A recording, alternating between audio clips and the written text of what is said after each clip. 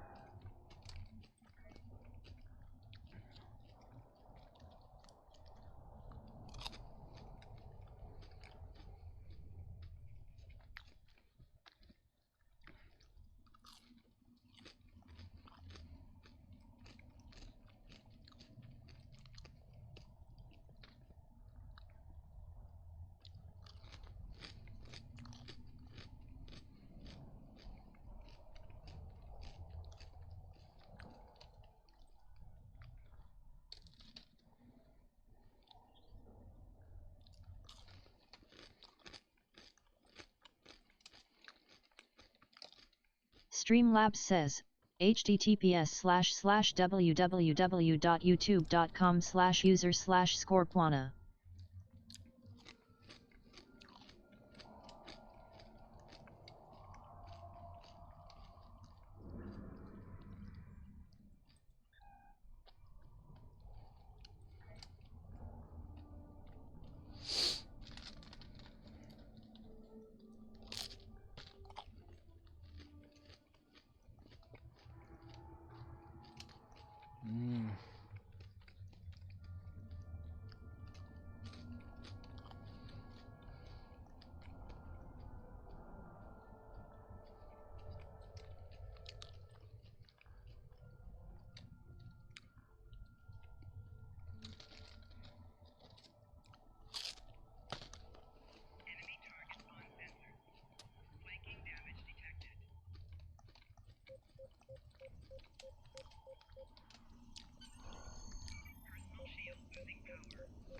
Hello, nobody.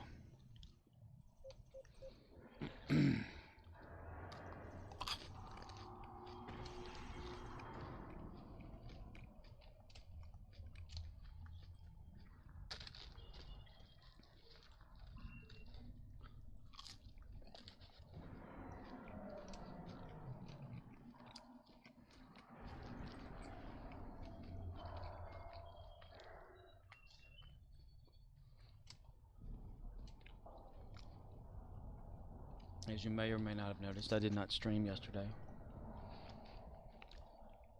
Probably didn't notice. Nobody ever watches anyway. But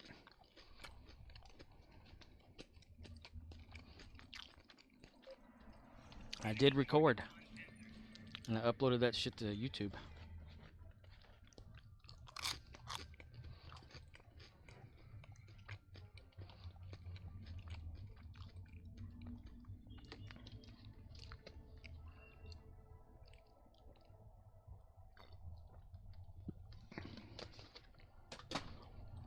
It was a short, not stream, but a short recording, because I had to save it to my hard drive, and then I had to upload that shit to YouTube. It's really odd because, you know, whenever you it recorded up to like what is it, 15,000 bit rate, which is really wild. I didn't know that I had to set that high. And when I sent it to YouTube, it looks like shit. It didn't look like shit when I previewed it.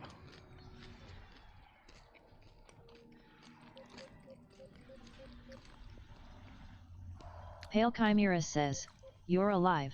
Yep. Howdy, dude.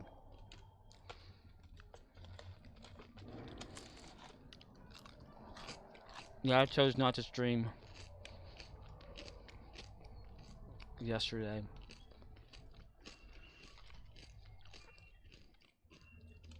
I wasn't even going to do it today. But file sizes are huge. And I can put on Twitch, then to YouTube faster than me. Pale Chimera says, I wondered if something happened to you. Nah. Nah. Just after the whole thing,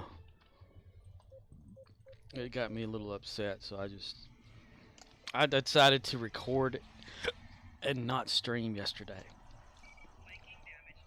So it's on YouTube, the recording of gameplay, not streaming.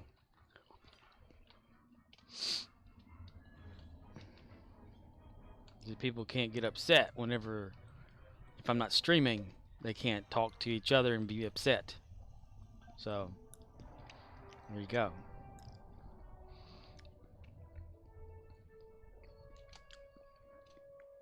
So I took a chill day, but I still recorded, like I said, and I uploaded that to YouTube. So there is a gameplay for yesterday, but it's not available for live. But I decided to go ahead and do this because people enjoy watching me suffer. So I'm like, okay, well, I guess I'll suffer some more.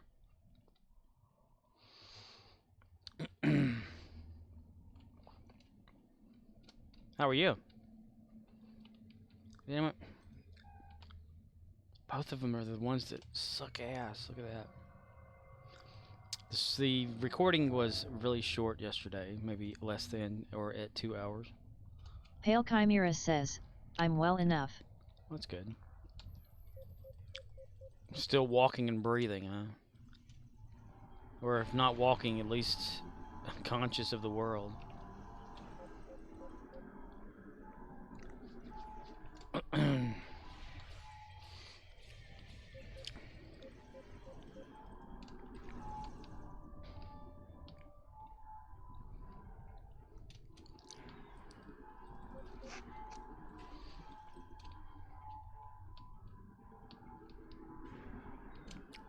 Alrighty. Shit. Shit fire, don't bother me.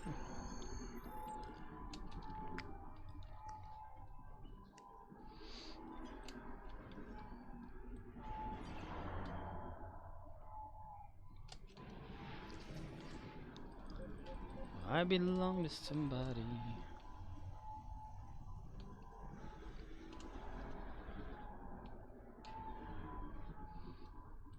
Romeo India Zulu says, sup foo. Sup, foo? Hey, dude. What's happening?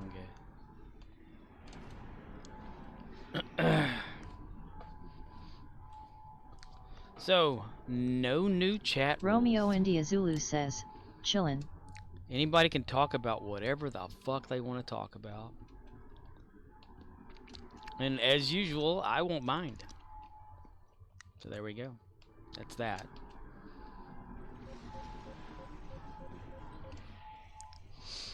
Whether it be politics or vaccinations or whatever or whatnot, we can all get along. Romeo India Zulu says, I got nothing. Just don't want a game in silence. I'll listen in. Okay. No probs, I'll be here. Just a perfect day. Drink sangria in the park. You know, speaking of like conspiracy stuff or things that other people don't like to hear or whatever, that may be like crazy talk or some shit. Lizard people, right? Anybody else believe that they actually do exist? I was before, let's see, last night after I recorded, not streamed but recorded, I went just looking around, and I kind of like on YouTube. I just hunt and bait shit to watch or whatever until I get sleepy or some shit. But then I don't get sleepy and end up getting back on Star Trek and playing, or get up and start playing. Anyway, they what I can't remember how you pronounce it. It starts with an L. It's something, the L something files. I can't fucking remember this shit. Lacerta,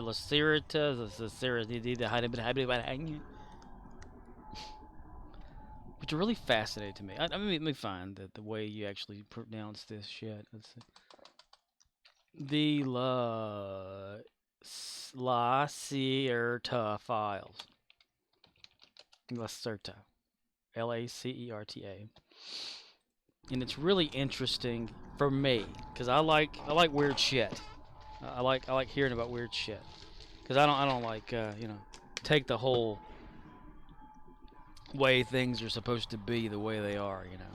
There's more to everything than what we know. Is how I believe. That is my opinion. Damn it. So the Lacerta files, if no one knows, it's supposed to be an interview that someone conducted back in 1999, early 2000s, maybe like 1998, 99, slash maybe 2000, not for sure. I mean, it's like 2 sets of interviews that this one person had with this reptilian humanoid.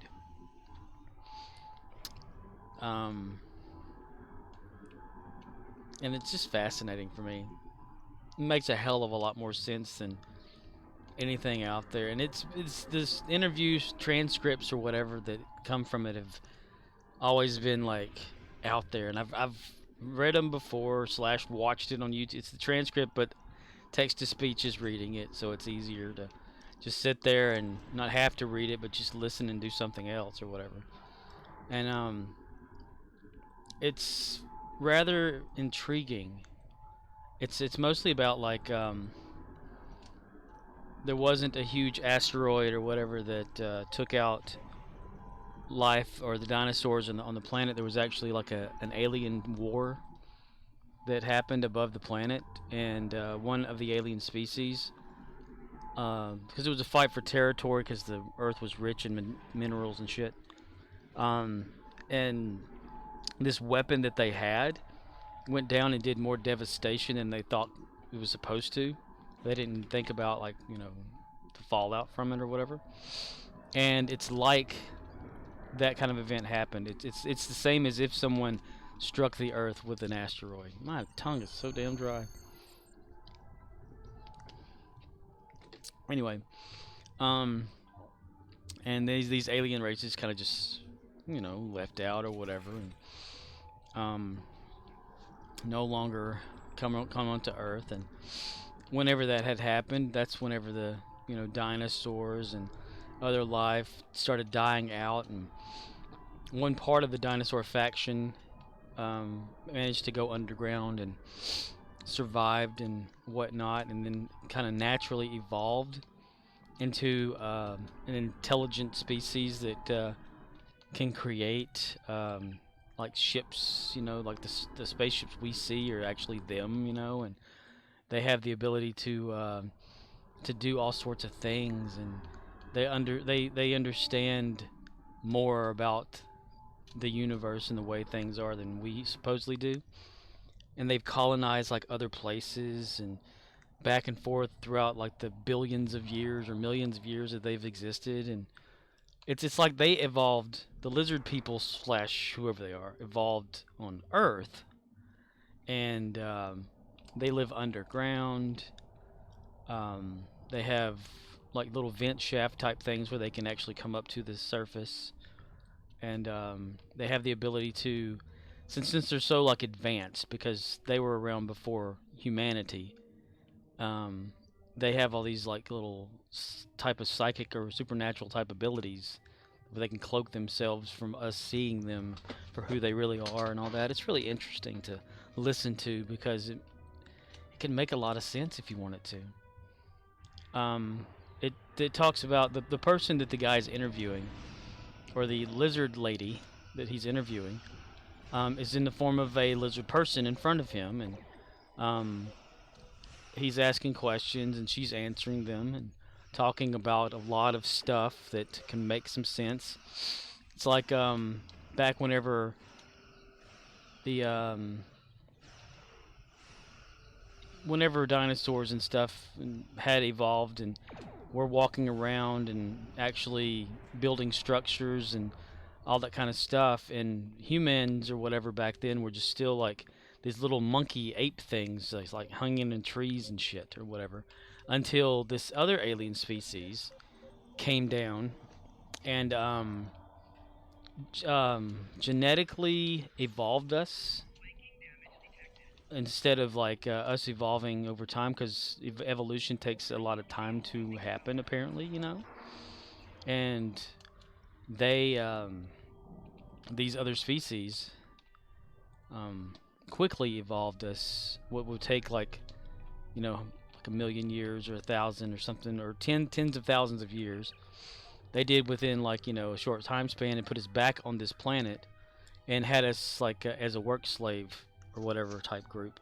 And the reptilian people didn't really care, because they wanted to do their own thing, live their own life, so they stayed underground in their cities that they've created, and their little UV bathing areas and stuff, you know. So they just said whatever, just, you know, y'all do whatever you want to above the ground, and we'll stay down here. But they like to observe and document and stuff, and they talk to these other alien races and things of that nature,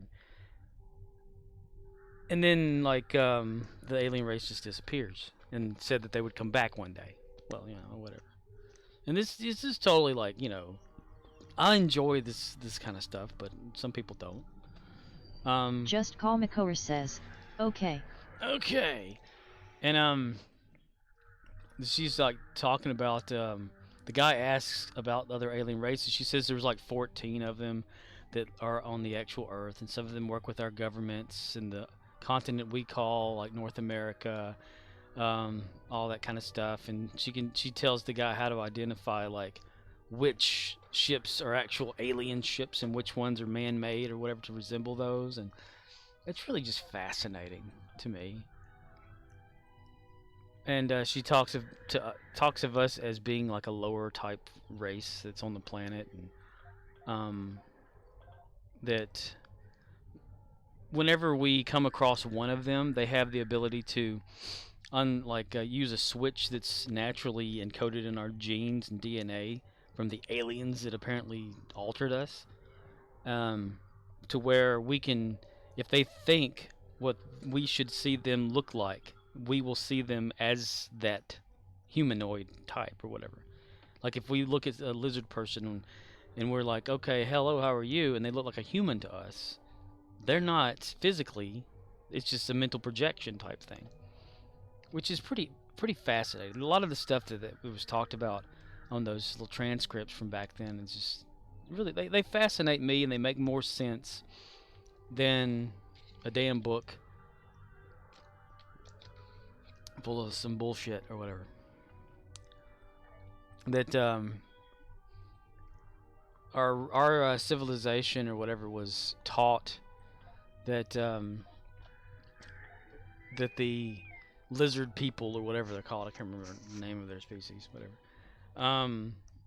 were supposed to be evil or whatever, bad because they lived underground, and serpent people or whatever, and devils or whatnot. But they're not, and they actually care for like humans and like knowing what they're doing and stuff like that. And some of them even like kind of, you know, hang out with other humans and stuff like that. And like that one that was interviewed, I mean, the interview lasts like 2 hours. It's amazing stuff just to look at, and I like it. I like that kind of shit. An alternate explanation for the creation of humanity and the earth and what's going on in the world. That the lizard people actually do have like UFOs that a lot that we've seen are those, and then there's these other creatures from a different plane dimension that have a bubble or something type natural effect on reality to where they can shift in between like different layers of the plane of existence. And it's really interesting shit. I just love it. Everyone always thinks I'm crazy, but I love that shit. I mean, you gotta, like, you set aside the whole fact that we think we know where we come from as a populace or whatever, you know, like, we've got it drilled into our head one way or the other that we are the primary whatever on this planet. What if we're not? What if we don't think we are because we're above ground? What if the rest of everything is below us? And apparently, like, the shafts or something, or the areas that these people, like, live in, which has been scientifically proven that the Earth does have these huge cavities, which would be known as, some would say, the inner Earth, or whatever. I mean, radiographs and whatnot they've had over the years, and that's not me looking up the science of that. That's just hearsay, I suppose. But it's stuff that I've researched online. Again, the whole online thing, so how can I be 100% on that? I'm not. It's my opinion. I hope that matters. I hope that's okay. It's just fascinating stuff to listen to the answers, the questions that are asked, and the answers that are given make a hell of a lot more sense than what we think is actually our history. Because these things have been observing our history, and they've documented it more, and they have more of an insight and more mental capability. Because you think about it like this, right? Okay, dinosaurs roam the earth. This is factual. It has to be factual. Bones exist. Radiocarbon dating is a scientific way of actually making sure we know what the date of some shit is. Even though a Bible says we just popped into existence because somebody took a shit or whatever, you know. But, but, oh shit. But what if, like, you know, the 65 billion year ago thing, or millions of years, or however long the fuck it is, I don't know. I mean, I'm not a Wikipedia, what the fuck. But who's to say that some didn't like dinosaurs didn't like die out, and some found a way to survive, and then they develop, you know, more and become. I mean, there's plenty of time for the evolution to happen, you know, for that.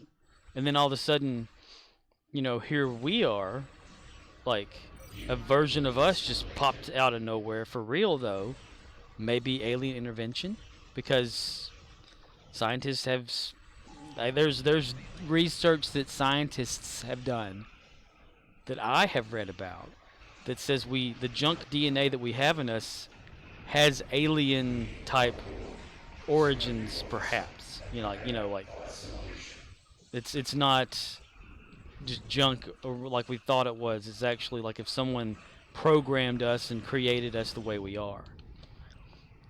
So that's like a thing. And if you look back at it, you're like the Cro-Magnon man, the whatever man, you know, the cave people and all that, and then all of a sudden here we are, you know. And then the Anunnaki, as they always like to talk about, like, that helped out humanity and got everything, got the ball rolling, you know, for that. Maybe that's who they were. I think she called him the Illusion or whatever. But it's just really fascinating to me, that stuff. I mean, suspend your disbelief on the actual origins of what we think is our history. And imagine that there are these caverns underneath the ground of, you know, where civilizations more ancient than our own. Apparently we're like, according to the answers that this female reptilian lady was talking about, was that we're like the 7th incarnation or 7th attempt at ape humans or whatever that were here. The other ones were just slaughtered off or whatever, and Like, let's start over. And we were just abandoned or whatever on the planet after they just thought that they failed and there was other things that were going on. So our creators just left and said they'd be back one day. I mean, what do you think about that? I mean, like, is it more of a thing to think, okay, something created us that's physical versus something that's dimensional? Like, say, a god versus a race of advanced beings? I mean, who's to say that their technology would not look like magic to us, There's a saying out there, I can't remember the fucking word, what it means, because I don't retain shit. But, it just fascinates me. I keep talking about that. If you don't want to hear it, I can say there's the door, but there isn't one. I'll just let myself out, quote unquote. I need to dump these credits. But it's really it's just so intriguing though, like the way that the lizard lady or whatever talks about the technology of other alien species as well, and their own. Romeo India Zulu says, something like for the primitive culture there is no distinguishable difference between technology and magic or whatever. Yeah, something like that. I think Spock once said it or some shit, right? Or he quoted some guy. But what if that's what it is? Like, these other beings that apparently can travel in between dimensional folds and planes in the veil of existence and live in like little pocket universes type things, with bubble universe or whatever is what this thing was talking about, where they can willingly, like, mentally cross into a void that doesn't exist to us, that we wouldn't even fathom the concept of how it even happens or what we would even see. Like, you it's just like an invisible door that opens and you physically travel through with your matter, but when you're in there, you're not a physical form.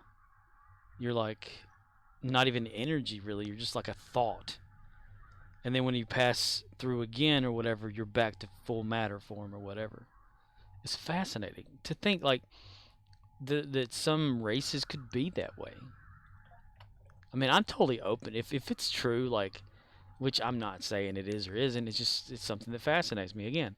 But if it's true that, like, something like that could exist, think of, like, what it would do to a lot of people. It would make people, like, go to shit town and back. Ranged weapon damage or sprint speed. I gotta go sprint speed. I gotta have speed. But she was talking about, like, they don't like wearing clothing. They'll only wear clothing whenever they come up to the surface to sunbathe in the actual sun at certain locations that are, like, away from everybody. She said there's like an entrance in Antarctica, one up in China, North America, around Europe, a Swedish area or whatever. And then it's like a big travel. If you were to try to find it, you wouldn't be able to, because they have a certain way of cloaking, or not. It wasn't cloaking, was not the word she used, but it was like hiding it in plain sight to where you wouldn't see it. And if you go through, like, the corridors and you see these symbols or whatever, which have been represented throughout history to some other people or whatever, that is them, and it's not the other evil alien reptilian race. Because she said since there was an alien war, above the planet, and several wars in between there, that they themselves even, like, fought or whatever, that there are these other beings that have evolved from a reptilian as well, but they're not as kind or whatever as her race is, because they're more of an enlightened race that lives in the earth, and she said there's like no difference between really good or evil. There's just evil people, or there's like good people. Romeo India Zulu says, I'm not saying I believe one way or another, but in order to prove something wrong or is impossible you must prove it every time. To prove some aging is possible you only need to prove it once. And just because we haven't proven it yet, doesn't mean it isn't possible. Exactly. But she was like describing some of their ships as like the cigar shape, or the Just smaller call McCower ones. says, okay. The smaller ones, like the ovals or whatever, are them, and that would make a hell of a lot of sense to me. It does, at least. Like that whole situation, which is, it really happened to the pilots because they believe it happened. They were there in front of it. The Tic Tac UFO scenario that they document and talk about all the time, and have the footage thing of the little black dot that's racing across the water or whatever. That would be the reptilian lizard people Just race. call McCower says, yes. That lives underground, that are friendly. They grew up with us or whatever, and they just live in the shadows, kind of thing. And every once in a while they do go up and do whatever. I mean, they eat flesh. She said that she likes hers cooked more so in like fruits and vegetables, but raw is like better or whatever for their species. It's more healthier for them. And sunbathing in like UV light from the actual sun can, since it does warm their body, since they're reptilian, um, it can heighten their senses more, and bring out more of their mental abilities, that they can practice. She was like one of more of the hierarchy or whatever, and her story of like how she, if you follow this, if you even care about it, I don't know, but she was introduced to the guy that was interviewing her from another person, this guy named EF or whatever, and she said she met him accidentally because she was up gathering like samples of plant life or whatever. They come up every once in a while to just like collect samples to see how the carbon emissions and shit, and how humanity's like doing as far as like polluting the air or some shit, whatever, and just studying. And she came across a guy that lived in a cabin, and she was curious, and he was out there isolated all alone. She had like watched him several times, and he never really had anybody else come over there, and so she herself decided to knock on his door and just talk with him a little bit, because she can speak English and or different languages or whatever it is, and she can cloak herself by like, you know, telling our mind that she looks human, because apparently whenever we were created by some alien race, they put a type of on-off switch for certain things in us to probably obey or whatnot, and do this or that for them. But she had like a conversation with this guy and talked about things, and she realized that he wasn't one of the thinkers that had been like programmed in a way to where he believes everything. He likes to question things or whatever. So she got to talking about other races and aliens and stuff like that, and he was really intrigued by that, and was so she showed herself, and she said after he caught his breath and got off the floor or whatever kind of situation, not that he was actually on the floor, but that kind of whole thing, they had a very good conversation, and she kept talking with the guy over and over, and that's when he introduced him to the other guy. But it's just so fascinating. And the guy done like a little rough sketch of how she looked, and because she wasn't what you would think of a reptilian would look like. She didn't have a tail, because if you think about the evolution of a dinosaur age up till now, natural evolution, things are going to change. And I'm totally for thinking about evolution, because it happens every day. Environmental adaptation is a type of evolution. It happens everywhere. Everyone gets used to certain things. Their body changes to accommodate. Um, but she's like, she described herself because he said, obviously he can see what she looks like. She did not want to be photographed or anything, but he could like, draw her or whatever like that. But he said, could you tell the people who are going to be like reading this or whatever or listening? Because he recorded it in audio, and then it was a transcript, and then the transcript gets read by text to speech and made a video of whatever from over the years or something like that. But she described herself like an average build for like a human woman, like like height wise, not super tall or anything like that. I can't remember. She used centimeters and shit, and I can't ever, meters and centimeters and stuff. I can't figure that shit out. I'm from America. We don't do that here. But she was talking about like she had hair on her head.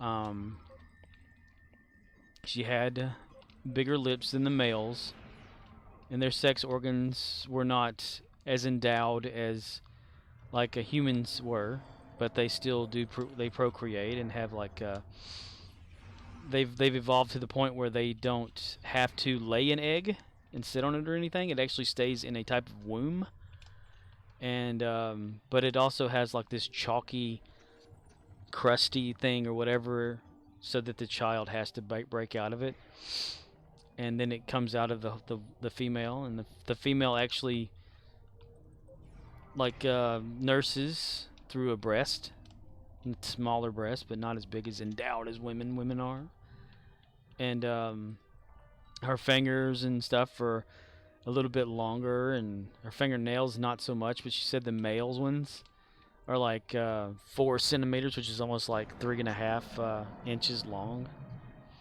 and curved more or whatever. And if you take a picture of them with a camera, which they do not like, the camera will see them if they're in like that whole cloak mode or whatever, like they're reaching into your brain and telling you, hey, you're seeing a human. But the camera won't see that because they can't manipulate that. So anytime you see a reptiloid or whatever they're called, you're seeing that. And she talked about like her actual name, that they don't have the surname as we humans use or whatever. They have one full name, and each one of her race has an individual name for each of them that's based off of their way they live. Not actually a family, but their houses of some sort, kind of like a Klingon type thing, I guess. I don't know. And her name, she pronounced it, but text to speech pronounced it. Had a lot of sizzling sound to it, like a but duh, right? Lizard. And it's like a stronger accent on the sh sounds and the k sounds, which is fascinating. I mean, just think about it. Just put it in your head. Think about it. The idea. I just found it so. I wanna watch it again.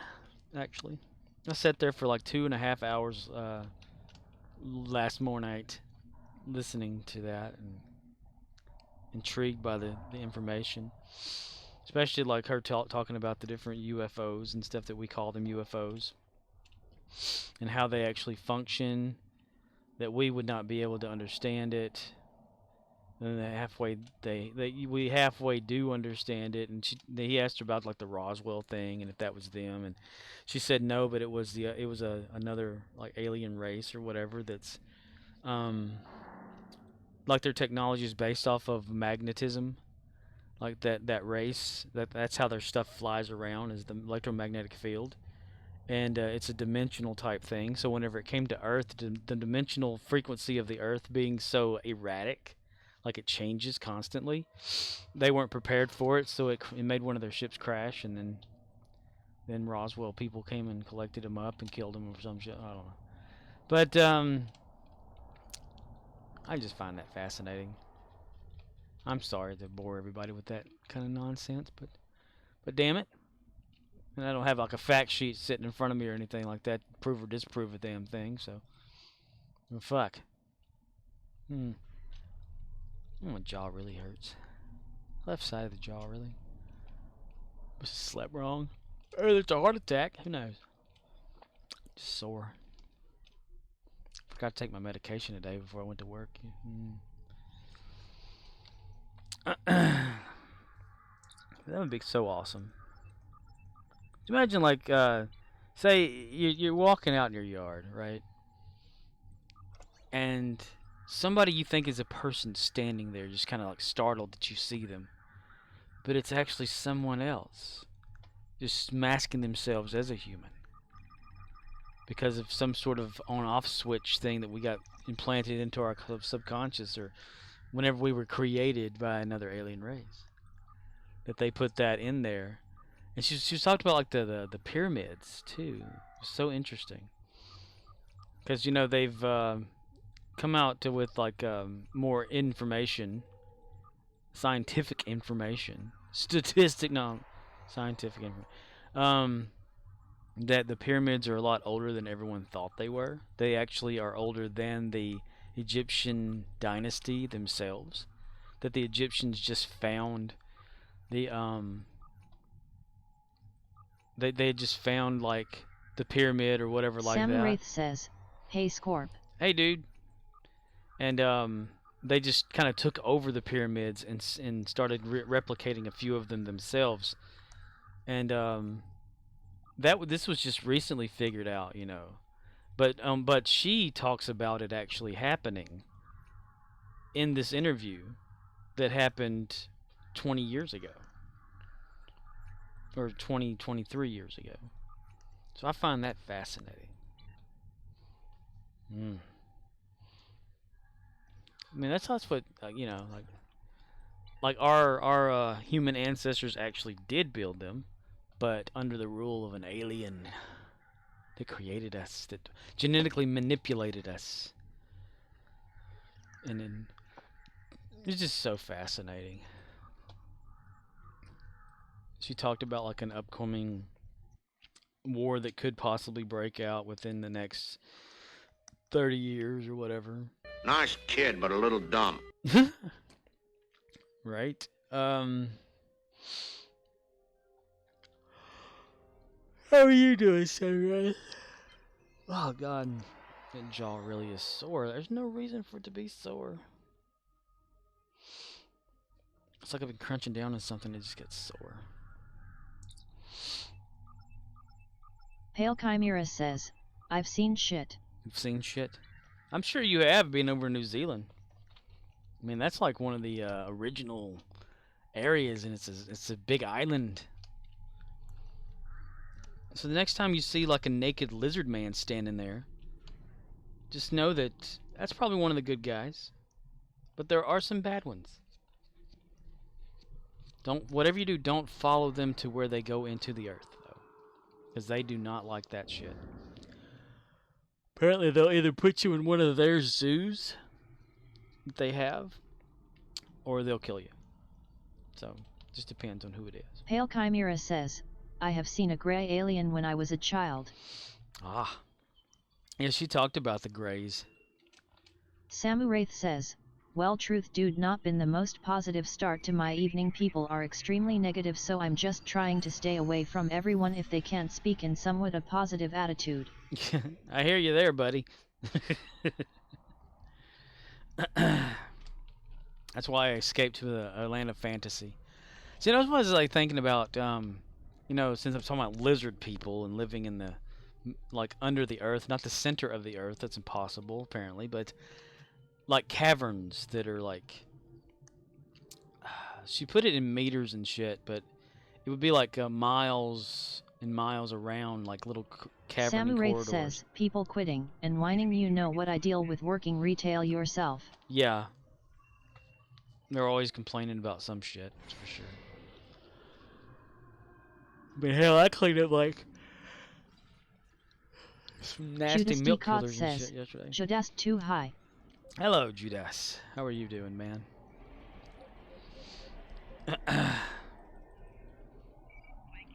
So people are quitting and this schedule shifting Just around. Call McCower says, "Oh." Suck it! Just call me Samurai Core. says, "Hey Judas buddy, hope you're good." Just call me Core. You didn't download any Doctor Who. I left that shit on all night long. Yes, I openly said that out loud. Whoops. I'm sharing non-copyright stuff via torrenting with a buddy. How about that? All right, how's everybody? Good, good, good. Twitch, if you don't like it, you can suck his ass. Judas D. Cott says, "Here Samuraith 07. Yo. Cornholiosis of the liver. Samuraith says, "Between people whining about the remodel staff being here, things changing, and then everyone bringing their mental crap my way repeatedly instead of doing something with it." Just Call Makor says, "Sunday is usually an offline day for me until I settle down before bed. I seen it when I woke up but never got around to actually get it going." BATT3MPIRE says, "Just wanna say hi, been listening and agree with your theories, but I'm buggered and need a nap." Oh, hello there, Bat Empire. No worries, man. Get you some sleep. Sleep is important. I wish I could have got some last night. Ah, yes. Well, I'm gonna leave it running again tonight. I mean, I just was sad that 0% uploaded. It made me cry.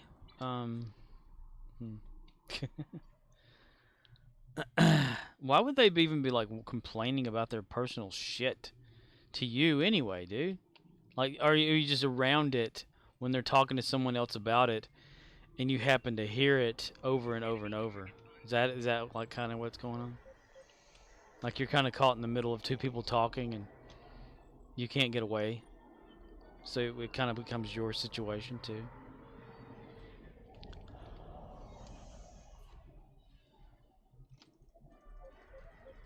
Oh, gravy. See, I figure we could do it in discs versions, Just Call right? Makor says, "I was contemplating loading it up when you went live and lagging out your stream, except you'd close the client out anyway, so no point." How'd you know I closed it out? Did it say Piers 0 or Cedar 0? Yeah, I'm sharing old school Doctor Who with my buddy. It's pieced together stuff that fans have created over the years to Samurai put together says, episodes. "I'm just around it, man. They start whining when I'm around, and that's why a lot of why I get on stream, cause I don't want to hear it." Right. Well, you're not gonna hear me whining. I'll complain, but I won't whine. The complaining channel. Now there's a good one. Came across that. Oh, I'd like to talk about that too. That was a really cool thing. I mean, I was just like randomly browsing YouTube and came across the complaining channel on YouTube, and I didn't know what the hell that was. But there was this guy was talking about he records Just Call Makor ambient says, "I was whining last night. Had no stream to chill on before bedtimes." bedtimes, right? Oh, well, at least I recorded yesterday and I put it on YouTube.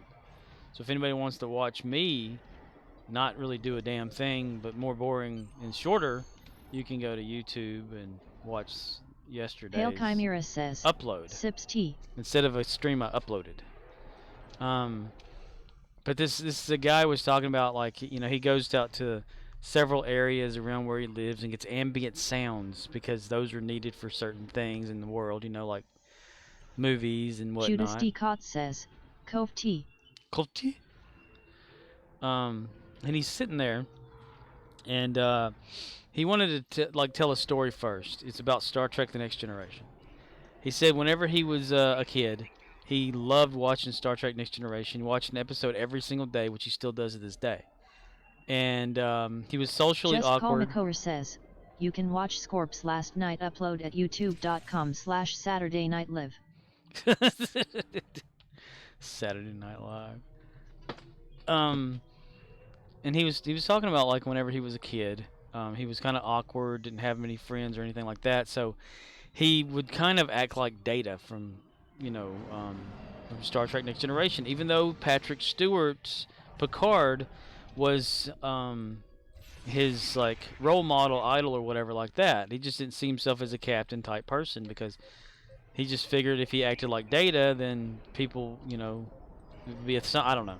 So he and his parents or whatever went to see a play that Patrick Stewart had done back then around TNG time, and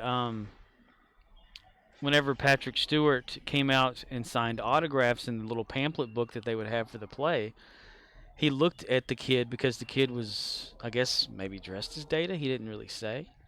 And he kind of just snubbed the kid or whatever, which was this guy, and didn't sign his pamphlet. And he said it's been like a thing ever since that, since he never goes to Star Trek conventions, that it's just kind of like one of those things that's depressed him, and he's always wanted to apologize to Patrick Stewart and ask why. And so he's sitting there on this park bench, right?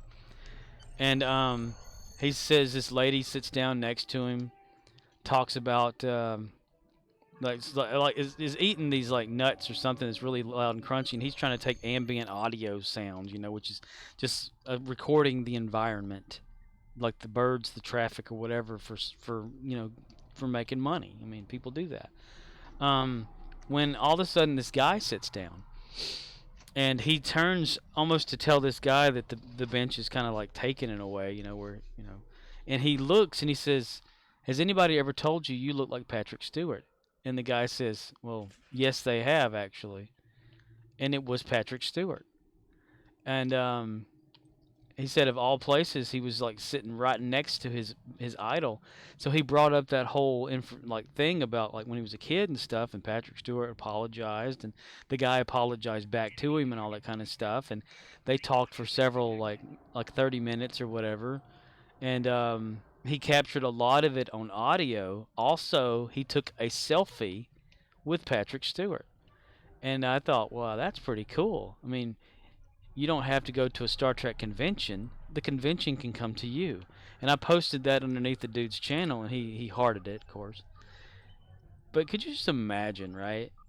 Because this guy always said like he wanted to talk to Patrick Stewart to you know, to get an apology, because he was looking for an apology because that kind of scarred him as a child for some reason. And of all places, like, the man himself just like sits down next to you on a bench in a park or whatever in England or Britain somewhere. And that's a video that I actually watched, and that you could see the like little the picture the guy took and all that, and listen to some of the audio of Patrick Stewart talking to him, and it's really interesting. He told Patrick like the things other things they talked about, he said he wouldn't like put them online or anything, and I thought that's pretty awesome, you know, to have someone just like out and about. And then but he said he would never go to conventions because he was one of those people that's like depressed a lot, you know, and sheltered kind of thing or whatever, and just could not get out because of anxiety, and bam, you know. That's pretty sweet. I know that'll never happen to me though. There's one person I want to meet in real life, but it's never gonna happen. But no one can guess who. That's right, nobody can. I've been invited to hang out with them before, but it'll never Romeo happen. India Zulu says, Rodney McKay. No. Just Call McCower says, me. Samu Wraith says, at Just Call McCower why I come here or Judas Ducat channel and chill. Chillax. Oh, I've got like a that's a video clip. I wonder if I could I need to put it in there. Where's it at? Right here. Okay. Cut. You may have already seen this. I'm gonna get it ready first. I forgot to put it all together as a thing. See, videos. I don't have a Star Trek folder. I'll have to move it there later. Okay. Paste it in there. Refresh it because Windows 10 for some reason is not automatically refreshing shit at the Samu Wraith moment. says, love when at Judas Ducat yells suck it LOL. That's right. That's why it's Pale hard. Chimera says, I have a joke for you. That's why it's hard to get clips and stuff for him because every one of them's funny. See scripts. That way, I want everybody to be able to launch this. Vid Judas D. commands. Cott says, Judas too spicy. Judas too juice is too spicy. Just Yes. Call McCower says, there, the torrent is loaded and ready for Pierce. Pierce Brosnan. Isn't it weird how his name's Brosnan? I always thought it was Brosman. He wore a bra, man. Okay. How long is this clip? Damn it, I closed the window like a dumbass. Okay, hold on just a second. Un momento, por favor. You have joke for me? You'll have joke for the rest of Samu you. Wraith says, I know it's Scorp, he's so clippable, man. Judas is a treasure trove. I know, right? He's someone to laugh at, not with. No, I'm kidding. Just Call McCower says, 53, I 54. liked when Robin Williams in drag ripped the decal off his expensive car.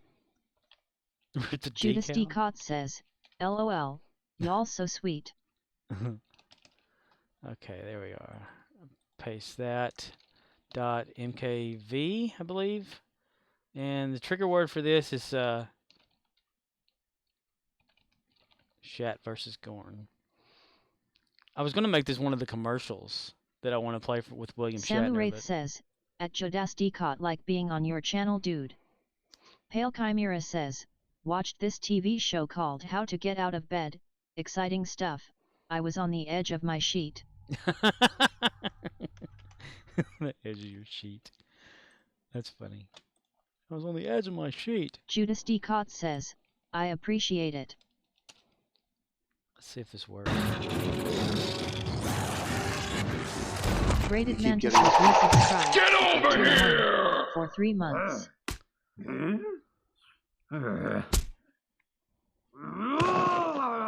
Oh, not again.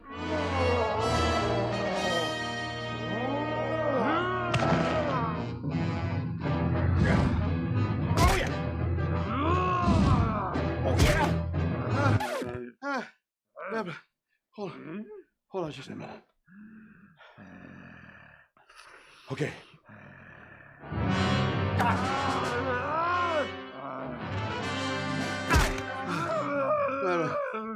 We're both too old for this kind of thing. All right, now you're overacting. Graded Mantis, thank you, ma'am. Thank you so much. You don't have to do that. Remember, nobody has Pale to subscribe. Chimera says, I don't trust people who can draw. They all seem kinda sketchy. Kinda sketchy, those people. Yeah, good for me. Good thing I can't draw, that's for damn sure. I could sketch out certain things that many people may consider able to understand what they're looking at, but I can't draw for shit. I mean, everyone thought I could draw back when in the day. They said, "Oh yeah, you're a good drawer." No, I'm not.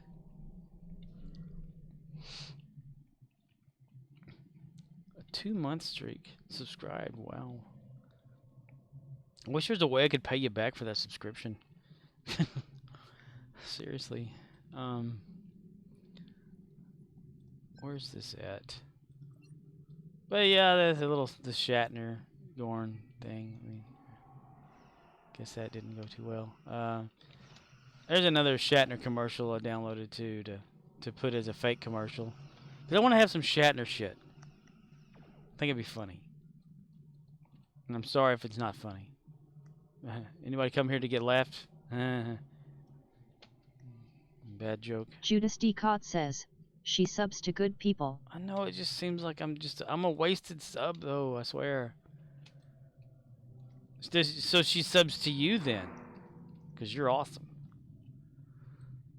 Everything is awesome. Samu Wraith says, ya love when people tell me, oh yeah, you can draw decent. I'm like, nope, I suck, you're just being nice.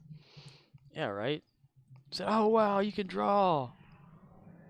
What? It's a line and connect to another line in a circle. How's that a drawing? I've seen people draw. I can't draw.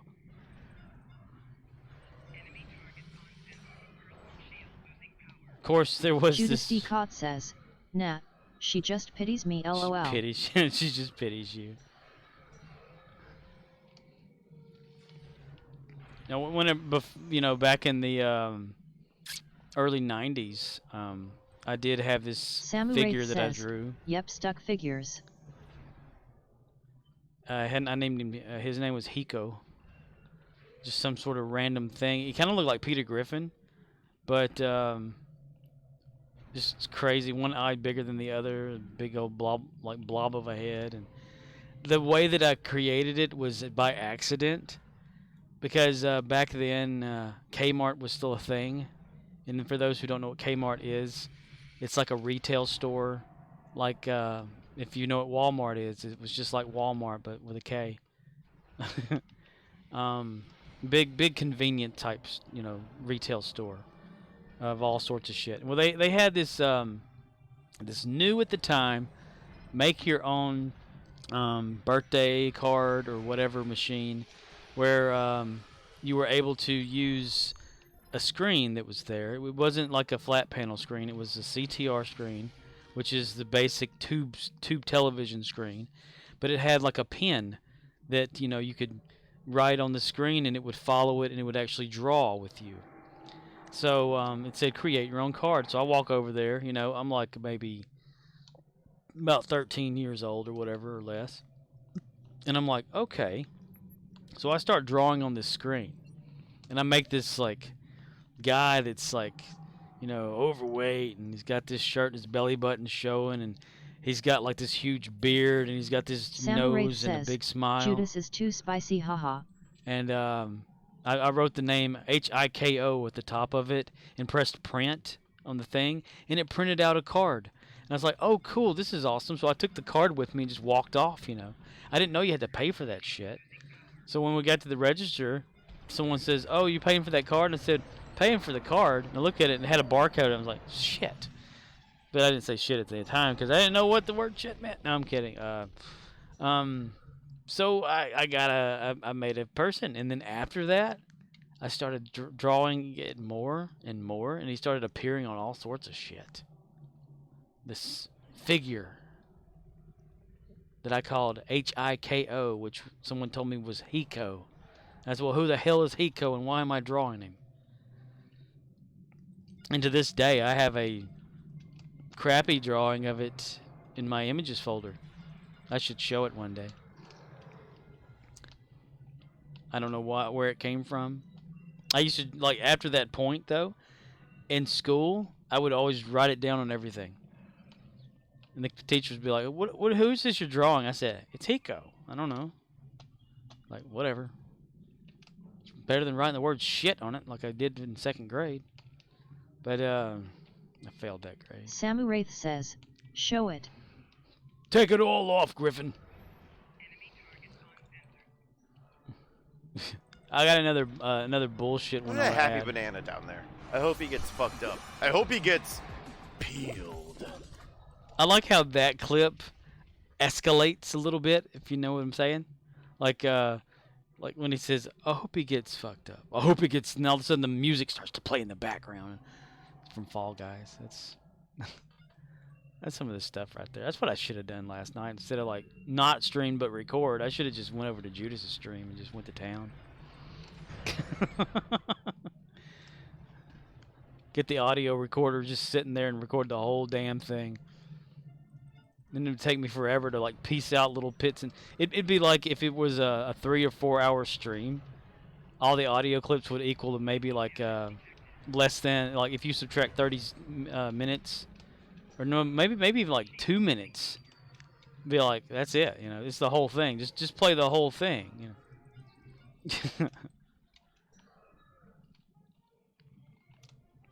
I swear. I had a friend before that anytime that he would play a game, he would just start like yelling at the Samu monitor, Wraith says, Scorp, you need to do that. Make a long list of Judas clips, lol. Yeah, I so need to. I've always keep coming up with like things that I have to do or Son of a bitch! But that's one of the things, like whenever a friend of mine would play Unreal Tournament, he would get so involved in that game and be yelling at the screen all the time. And so I said, you should record some of those, and we can make like a little sound pack file for your Unreal Tournament to put it into a character, because you could do that. Record your own audio and put it into a character so that that character actually says the things you say. And he said, well, I couldn't do that. I'd have to like have it recording while I'm playing the game, and he did. And I still have that audio. Made of a character sound pack file out of it, and he was in his voice was in the game. You could do that stuff back then. Mayos, I like ketchup, but soup and V8 are too much. You can tell what game he's playing while those are going on. That's funny. What? David Tennant right there. Come on, Just Call McCower says, I used to play Eric on Q3A all the time and he would always kick my ass. That's right. I vowed that if I ever beat him I would retire and never play again. Just Call McCower says, and I did. Just Call McCower says, so it's been like 15 years since I've touched the game. Samu Wraith says, LOL so good. Yeah, Eric used to kick my ass all the time in Quake 3 Arena. I made a few videos back in the day of the annoying player or whatever. And every time, like, no matter what, though, if I would play against him in that game, as long as I got one kill, I was happy. That means I actually scored a point. But no, he could find me every damn time, kick my ass. And even Unreal Tournament, when we play that, every time. Wonder if we could do it now. Samu Wraith says, at Just Call McCower I bet you'd be clippable if you ever streamed. Yeah. Well, he's streamed before. Headshot, right?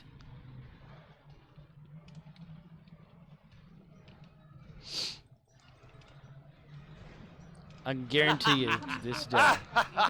Yeah. The laughing continues on an all-new episode. All 3 silos are under Allied control. I can guarantee you to this day, if I played against God him... damn it! The bomb porters engage transport. Just Call McCower says, I used to stream all the time about 4 years. I streamed randomizers, a few RPGs, and a lot of Rock Band. Randomizer? What's a randomizer? Oh, dude, I still gotta like capture or something. We better be quiet. Just Call McCower We're says, hunting wabbits. 4 years ago that is. Well, hunting wabbits, he says. Props to Judas for that, coming off of COVID. COVID. Keep your COVID. Rawhide. Just Call McCower says, a randomizer is a program that randomizes item placement of various games. I mainly played A Link to the Past randomizers. Samu Wraith says, at Just Call McCower you should stream again smiling_face_with_sunglasses. He did someday. He did a test stream again since he has a different internet now. He did his test stream, what was it? A few weeks ago? Let's see. Command Center. We can get back out to the whole Minecraft thing. Back when he used to have, I don't know if you still Just have Call it. McCower says, something like that. I don't know if you still have it, but Korak TV, the YouTube channel. Just Call McCower says, I did a test stream of Kingdom Hearts Final Mix. It was like a Little Mermaid boy with Goofy and Donald or something. That's really weird. He would stream one record and upload. Just We Call did that McCower back says, then. I renamed it to Just Call Me Core some time ago. Some time ago, where we both played like I don't know what was it, was just the Feed the Beast Minecraft or whatever.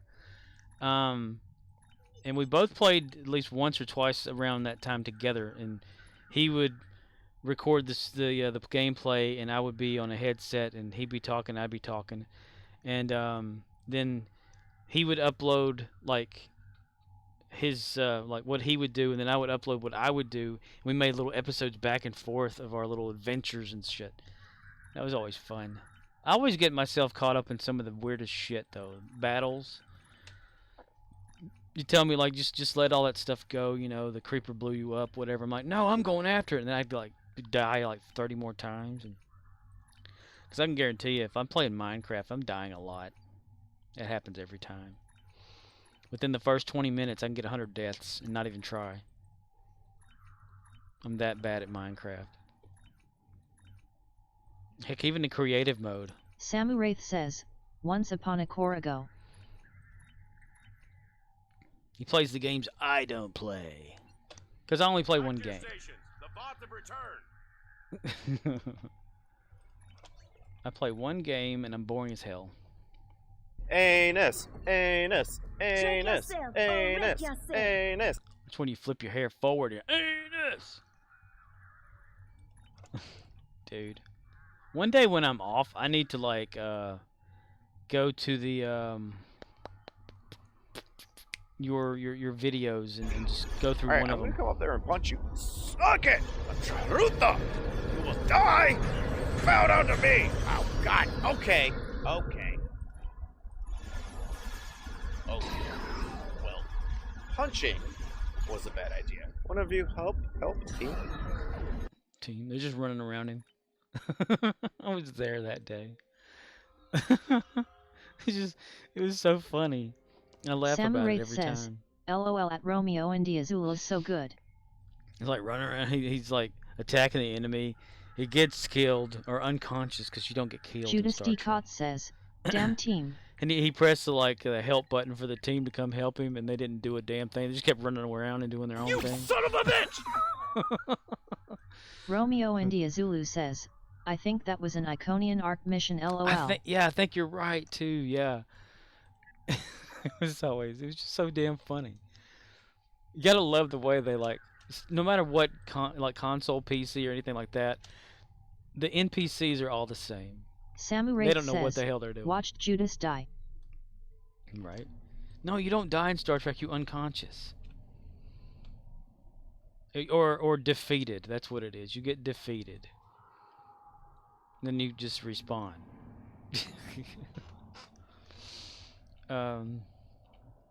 That shit would always have me laughing and rolling on the damn floor for reals, yo. I fell out of my chair one time. I did.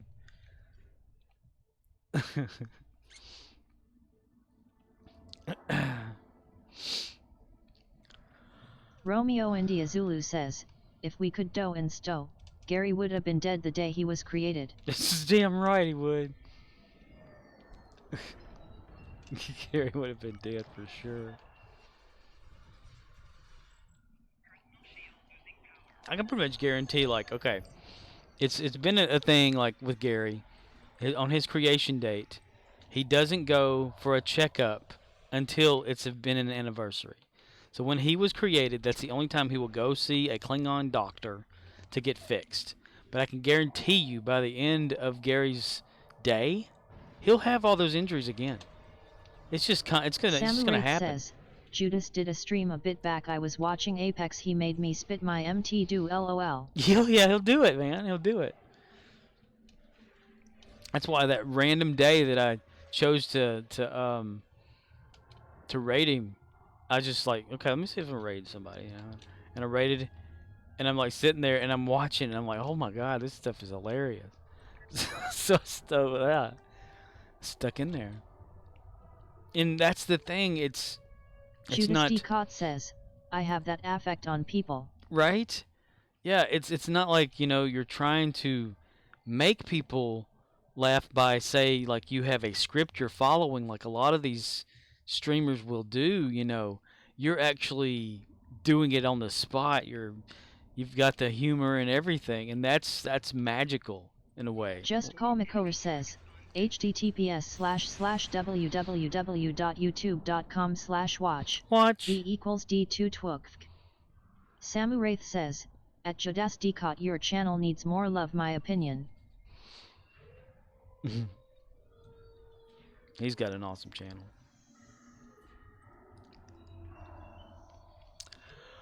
Oh, you still have the Let's Plays from that? Pale Chimera says, I visited my new friend in his apartment. He told me to make myself at home, so I threw him out. I hate having visitors. Romeo India Zulu says, Logan at my 2 billion Argentine pesos on Pharynginer playing with my sneeze. Just Call Makor says, that is a Minecraft video Scorpion I did years ago. Sneeze.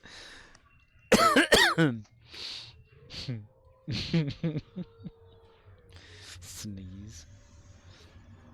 Pharynginer. I love it. Well, I added a new thing to this soundboard on this thing. It's text to speech, but apparently you have to use bits for that shit, so it's never gonna get used. Because I have it for free. Huh. Yeah, I suggest people go over there and watch that. If it's episode 8, what happens at episode 8? Because I know I spent several episodes dying in the same spot, so that's probably boring to watch. I really did have fun with that, though. That was so fun. Like, I had the Chris Oak thing, or whatever it was. Just Call Makor says, https://www.youtube.com/watch V equals LBS 8 NIBN 524. Just Call Makor says, and this is a cobblestone joke video I made. Cobblestone. Damn it. I had like a little Chris Oak plant thing sitting over there because I was reading up on how to make a train or something, and you had to have like cross ties that were dipped in Chris Oak in Minecraft to make a train track or whatever like that. And I just devoted my whole damn time to trying to do that while Just Call Makor was out there. Goddamn right. He was actually out there like. Just Call Makor says, hell? and this is a video of Jason's penis Kipo.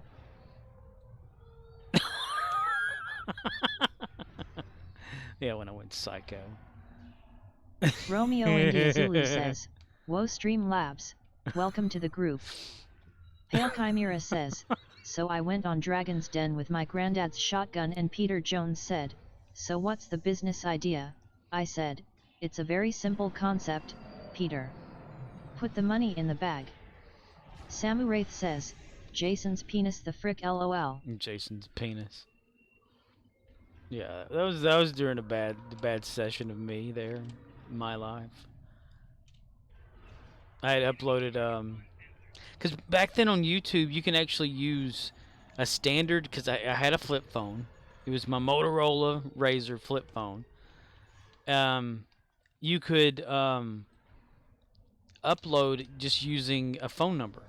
I mean, you could like SMS message YouTube with a video clip and upload that, and I did, and it was Jason Voorhees. There's an outtake on Jason Takes Manhattan where they strapped a dildo to Jason Voorhees and they opened up a trap door or whatever, and you see Sam Jason Wraith with a says, boner. Imagine a spoof movie Jason the penis returns bigger badder rolling _on_the_floor_laughing. Well, that's what they actually have. It's an outtake where they strapped a little pale dildo to Jason Voorhees, and they opened up the little thing or whatever, and he's standing there huffing and puffing and breathing hard, and he's got a boner. And it's in actually the behind the scenes for Jason Takes Manhattan, and I always thought that was hilarious, and so I uploaded it to his channel. And apparently a clip to Tim's house, whatever that was. Quit playing with your dinghy. Samu Wraith Nice. says, LOL. Damn it, Riz, nice. How do you remember that?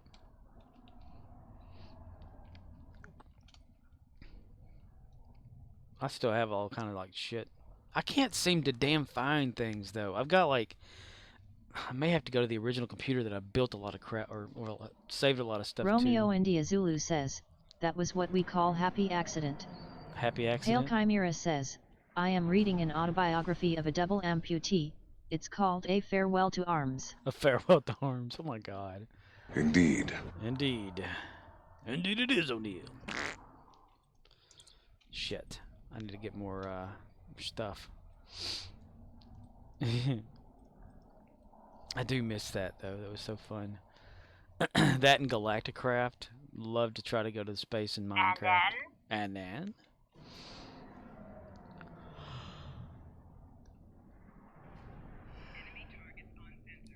Maybe one day, whenever I'm not invested so much in Star Trek Online, I'll go back to playing Minecraft.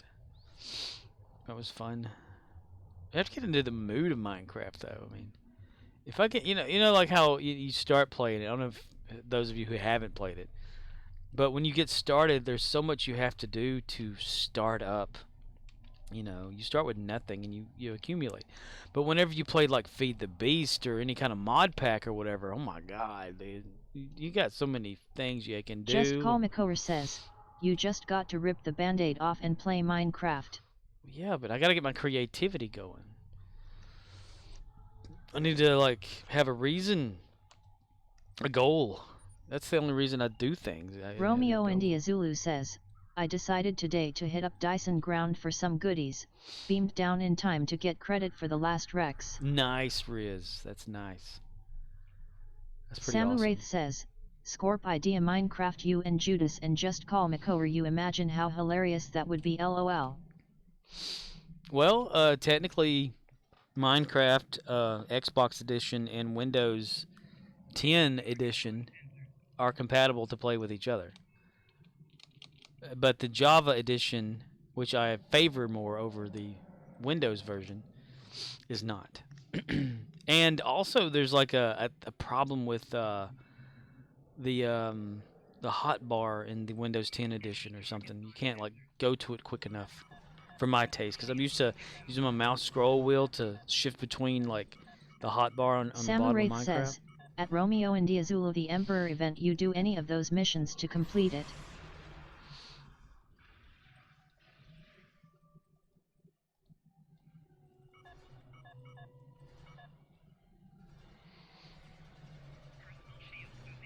I think don't they have Minecraft on PlayStation as well?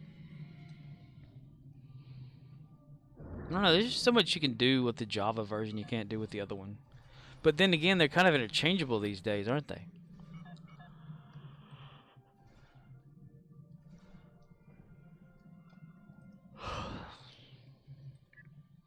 I'm not one of those Minecraft players where I have to like fight the dragon and all that shit either. Yep, they do.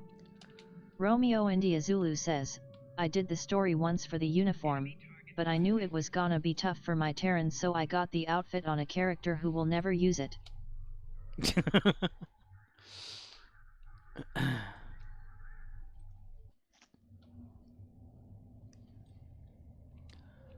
Just Call McCower says, back when I was into illegal online activities, I used to host a Minecraft server for a popular TV tracker, and lots of fun was to be had on that server.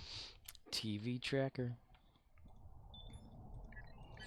Is that the one I lava'd somebody's portal on and they all got pissed off? I didn't know we couldn't do that.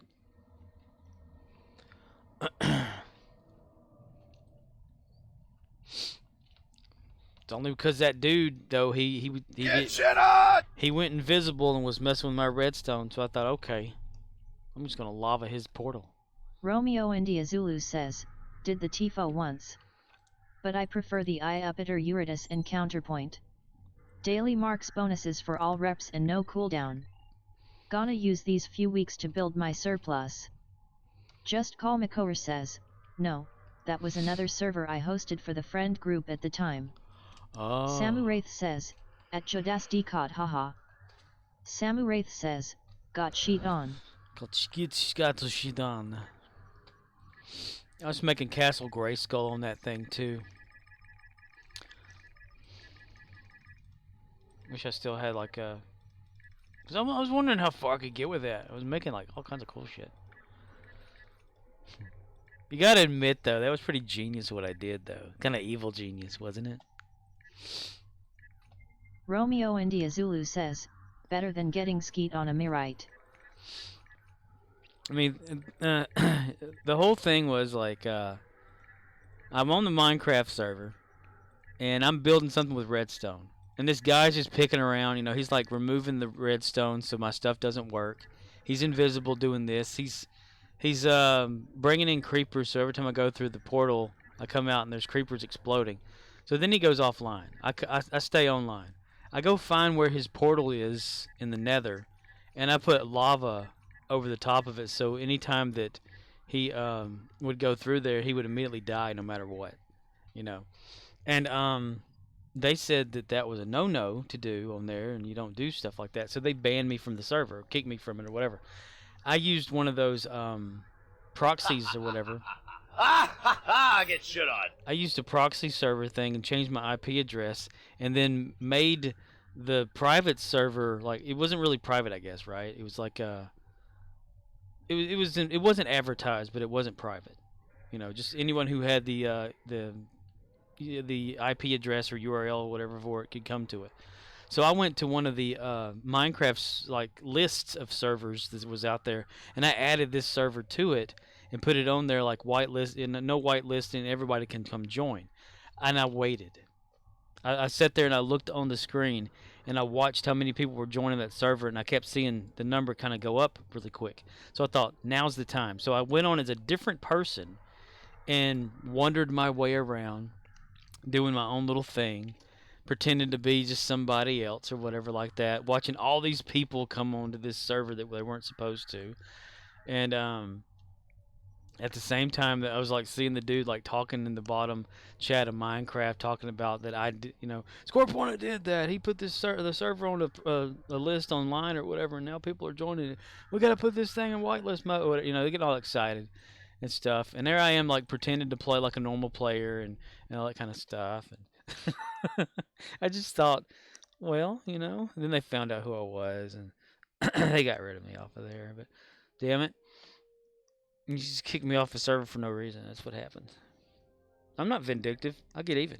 Pale Chimera says, after coming home from school and sitting down on the couch, young Jenny proudly proclaimed, "Mommy, I know where babies come from." Imagining storks and unicorns, her mom said, "Okay, then why don't you tell me, honey?" Jenny says the mommy and daddy take off their clothes and start hugging, then the daddy's thingy stands up, and the mommy kneels down and cleans her teeth with it. Mom says, "That's sweet, honey, but that's not where babies come from, that's where jewelry comes from." That's where jewelry comes from. She's sucking his dick. That's funny. Ooh, I said that on live on here. I'm gonna get banned.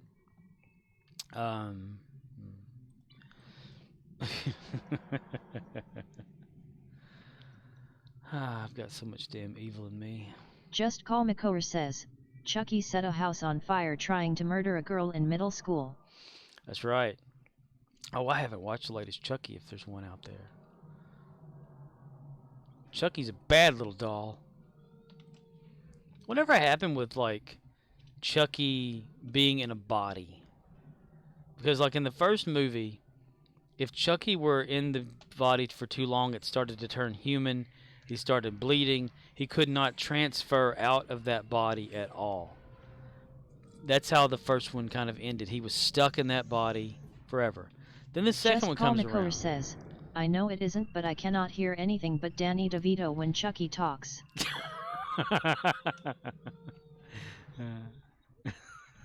You gotta picture Danny DeVito. I could see it in my head, little clips of Chucky talking in the show, and someone having a picture of Danny DeVito. Judas meeting Chucky. Danny DeVito with a headset on in front of a microphone. Well, dude, Brad Dourif or whatever his name is he's just gotten older, and that's how he sounds these days. He sounds like Danny DeVito with a bad libido. What is that? The Danny DeVito shrine they found in a school one time? Danny DeVito. Got Dorita. But what was it? Okay, say Chucky 2 was he found Andy again. Some sort of foster parents or some shit. How did he become a doll? Pale Chimera says, "So anyway, I started blasting." Sam Wraith says, "Danny DeVito talking as Penguin doing voice of Chucky then." While eating a salmon. Or is it trout? It's something like that. Danny DeVito got a big libido. Raw. Dude, I totally forgot to go the other way over there. Just Call McCower says, the first 3 movies were about the kid. The third one was weird because it had that military school shit. That's right. Andy was Jimmy Olsen or something like that.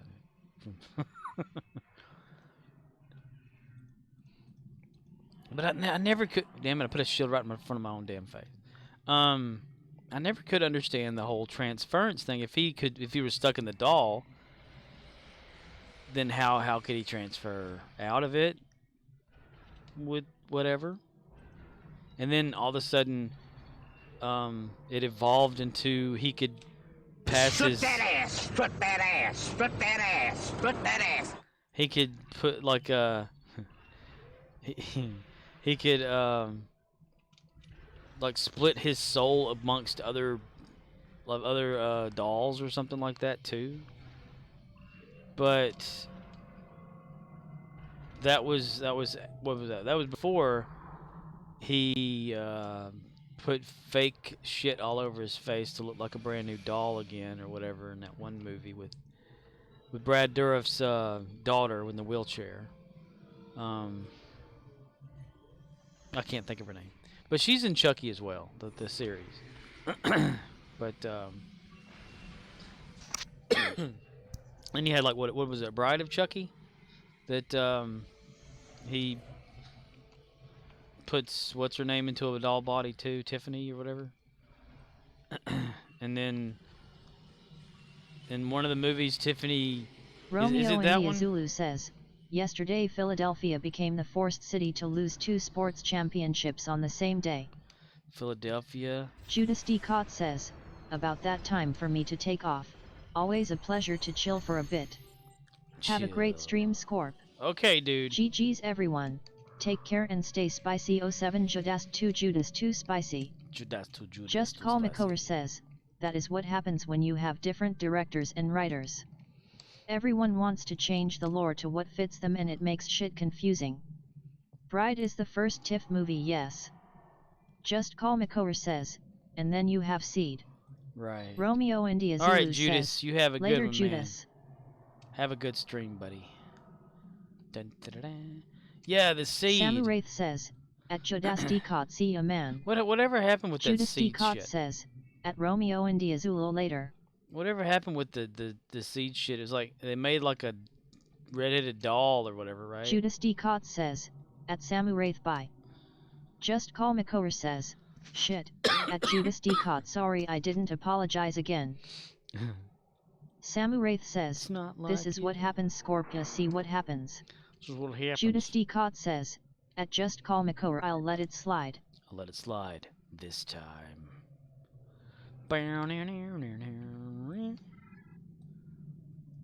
Shit. Okay, we have to go all the way over there. Have a good stream, dude. Dude. Buddy. So, like, when Seed happened... Excuse me, sir. Can you direct me to the naval base in Alameda? Alameda. It's where they keep the nuclear vessels. Nuclear vessels. Nuclear vessels. Nuclear vessels. The vessels. So what happened with the kid, like, Romeo India Zulu that says, Chucky had? nuclear Wesleys. Nuclear Wesleys. Be very quiet. Samu Wraith says, We're hunting twisted rabbits. idea put Chucky in a Barney doll. Barney doll. Chucky. Cause okay, well, right after Seed, it was that cult, right? Or the Curse of Chucky. That's right, Curse of Chucky, where Chucky apparently with this cut up face or whatever put prosthetics on his own face to look like a brand new doll that didn't look like Chucky at all. And Son of a bitch! went after some sort of family because of some reason that he was related to or something. I don't know the fuck that was about. And then it was Cult of Chucky whenever it was like he went to the crazy house, or they were all in the crazy house and he shows up like as 3 of himself or something like that. And that's when he takes the body from what's her name in the wheelchair, which is Brad Dourif's daughter in real life, the guy that plays Chucky, or Chucky's voice, Brad Dourif.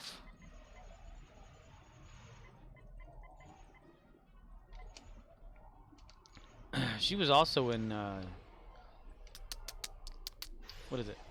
Romeo India Blacklist. Zulu says, "Gonna lurk while I charge my phone and lay down." Alrighty, dude.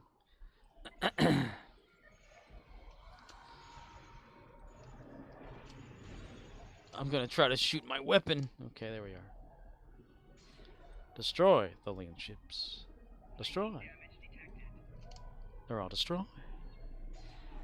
They're all destroyed. Then after Cult or whatever, that's whenever the series starts. Yeah. But it never talks about what happened to like the kids or shit like that. I can't remember if the Seed Chucky person or whatever died or what. I could never keep track of that.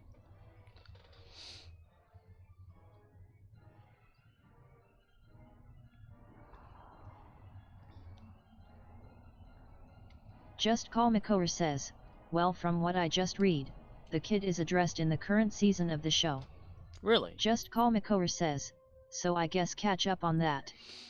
I'm all caught up until like the I guess is I don't know if this is the current episode, whatever an episode I just had watched. It's a lot of redhead stuff always happening in the show.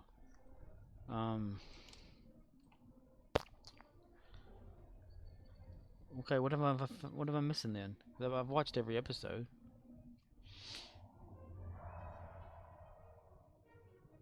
There's 2 girls in it that are like, what's her name's daughters or something like that.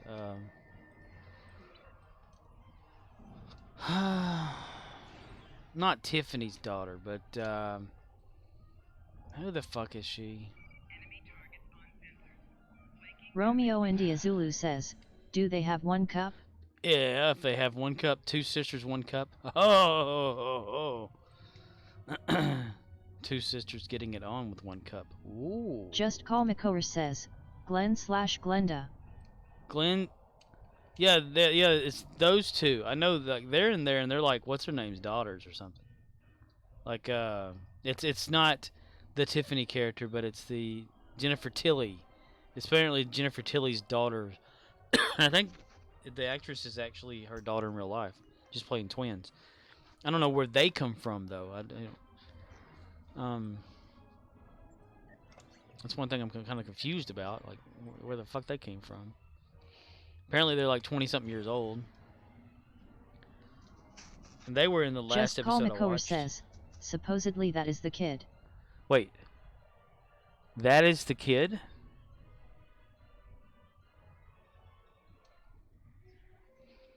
Well, it did have red short hair. And was confused about its sexuality, right? Well, that's weird. That's all I'm gonna say about that. It's weird.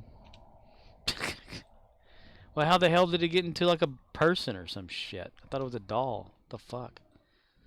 That stuff is so confusing. Hey! I know, right? Just Call Makora says, "Tiff took over Jennifer Tilly's body and then the kid got put in her kids' bodies because they had split personalities." See, that's the thing that I don't remember ever happening. I don't know where that may have happened for me to not notice it. But you don't have to take my word for it.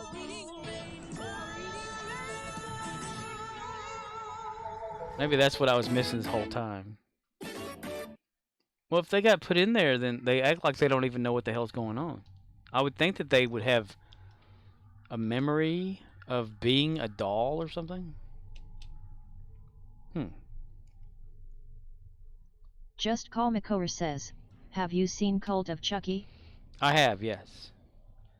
That's where they're in the asylum or something like that, right? And there's a Chucky with short hair, and he gets put into the body of the girl in the wheelchair. It was Brad Dourif's daughter in real life.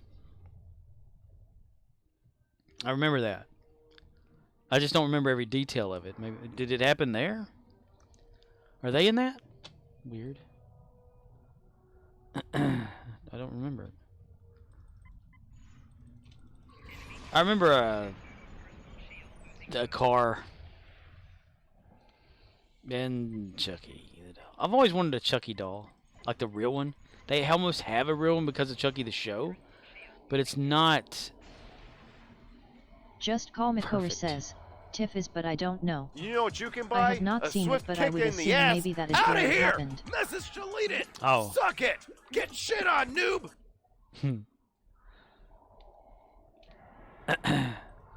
Yeah, Cult of Chucky.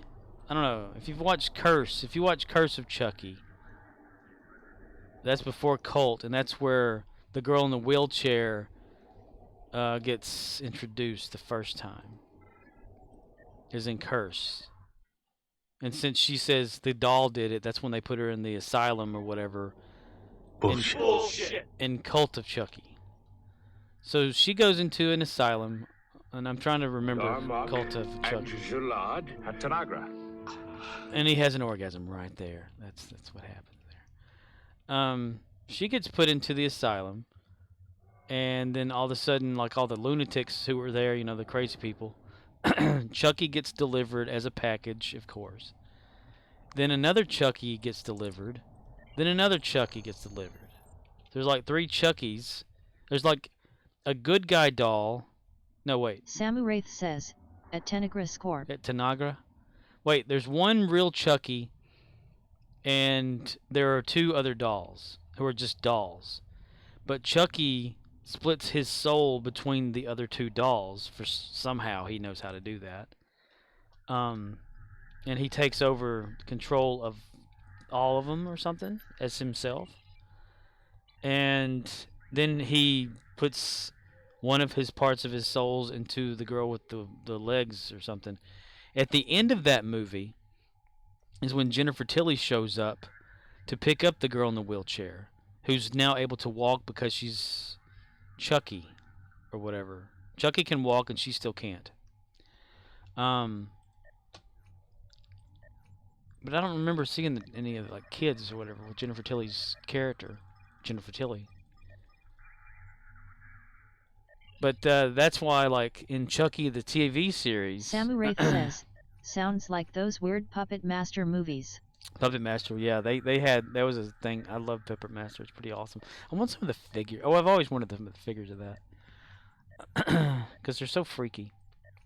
The little guy with the little bald head, and the guy with the sunglasses and the scissor or the knife hands. And it's like something about souls put into dolls and that too. That a German or whatever Swedish guy has. But in the TV series, the girl in the wheelchair is both her and Chucky at the same time. She comes in and out of consciousness. It's activated by blood, and she's able to see, or able to become Chucky or whatever.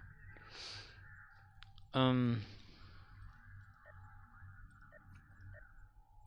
just don't know where the 2 other ones would come from, though.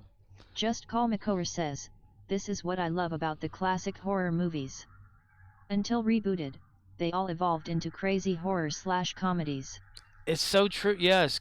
So that's one of the whole things. Chucky has turned into a type of a comedy. I mean, okay, I'm going to say it. Make me come over there! The last episode that I watched, Chucky was barely in it at all. The only thing that he was in was like, it was like he was at a talk show. The dude abides. It's like he was at a talk show. He was sitting on a couch, and he had the doll that played Tiffany's doll or whatever in the movie over here, talking about she's never saying anything. And he's like sitting on the couch talking to the audience or something like that, and has a guest appearance and talk thing or whatever. And then the episode kind of happens in between him just talking to the audience or whatever. And I guess that is the case. I mean, well, they tried to reboot it with that Child's Play movie with Mark Hamill as Chucky, and I don't think that really worked out too well. I watched it. That's about it.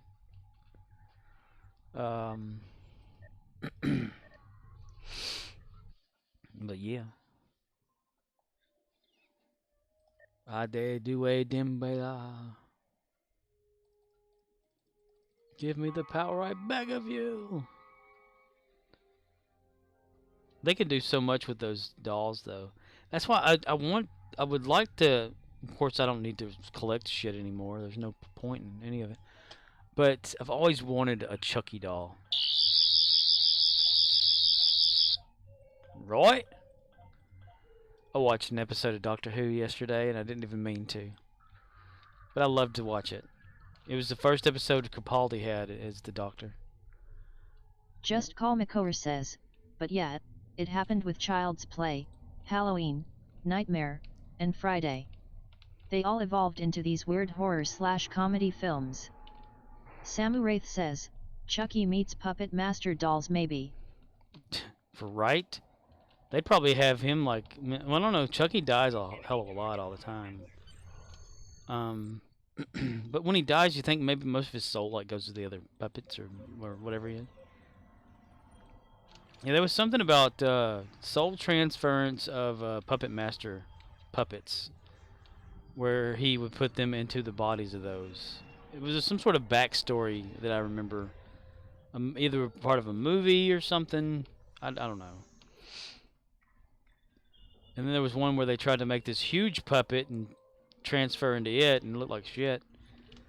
But yeah. Just Call Makor says, also I really enjoyed the scene with Eleven and Clara on Capaldi's first episode. Yes, see that's one of the things, like, when I was just looking through YouTube for no reason, I can't remember why, I came across that. The episode where he first like comes out and he's talking about the dinosaur, and it's got the reptilian. That's where the reptilian thing came from, because I was watching that and that popped up in my like feed thing on the side. Madame whatever her name was, the Silurian female, and you know she was with the what's his dude, potato head guy, Santaran guy, and Capaldi come out there as the Doctor with gibberish and talking about the dinosaur or Just something. Call Makor says, Madame Vastra. Yeah, and so I watched a clip of that, his first scene, and I thought, I want to watch the rest of this. So I found the episode that I had on my hard drive, and I just watched the whole damn thing. Didn't mean to. But yeah, that was a pretty damn good episode. That's how a Doctor starting off is good. But again, Stephen Moffat did that. So that's probably why that actually worked out pretty well.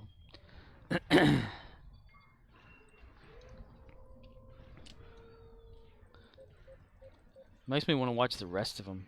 And little things that I remember, like, while watching that episode, just were so awesome. Like, he said something about Amy on there, and Clara's like, who?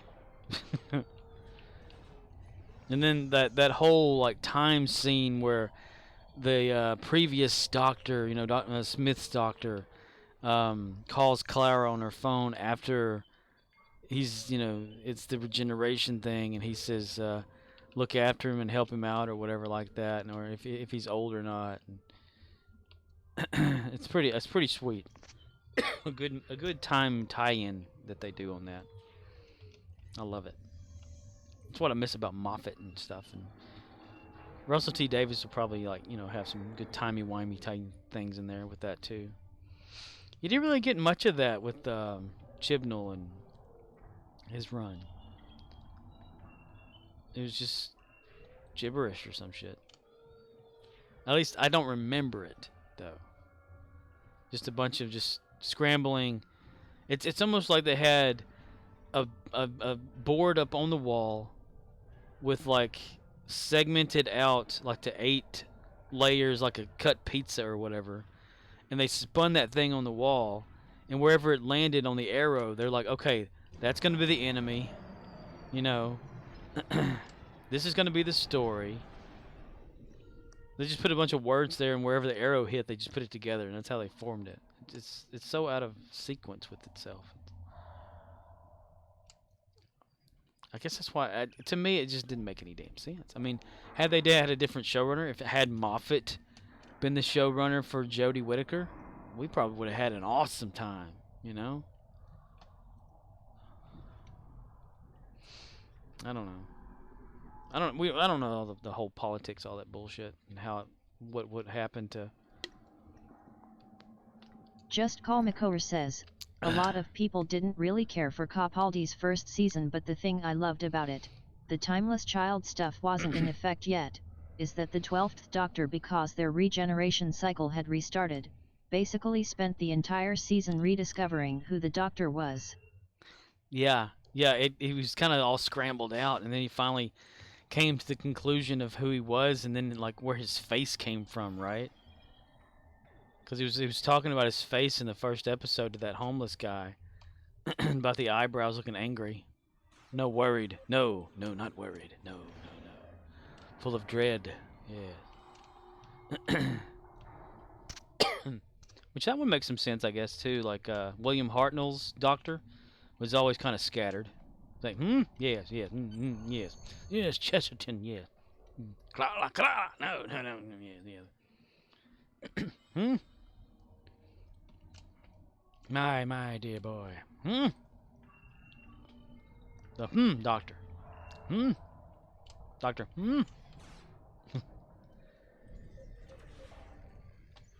Magical time. If we could take a TARDIS back in time, we'd save all the episodes of Doctor Who.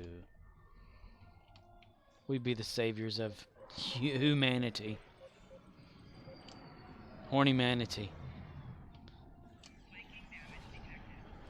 I like the way that a lot of the episodes just spawn these ideas of things and figuring it all out and stuff. That's what's so awesome about Doctor Who. At least from my perspective. It gave us something to look forward to. Doctor Who. Doctor. The actor.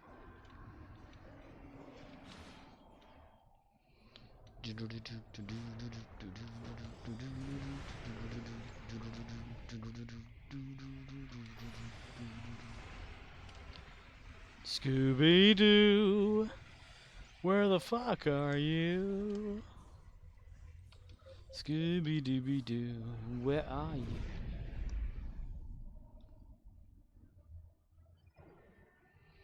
Bum-ba-dum. Boo-wow-wow.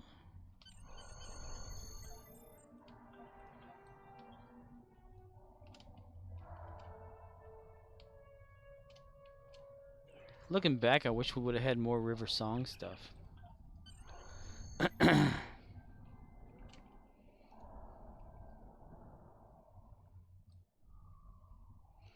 Oh, there is no expanse of the mind the wheel cannot traverse, or physically the distance laid across the universe.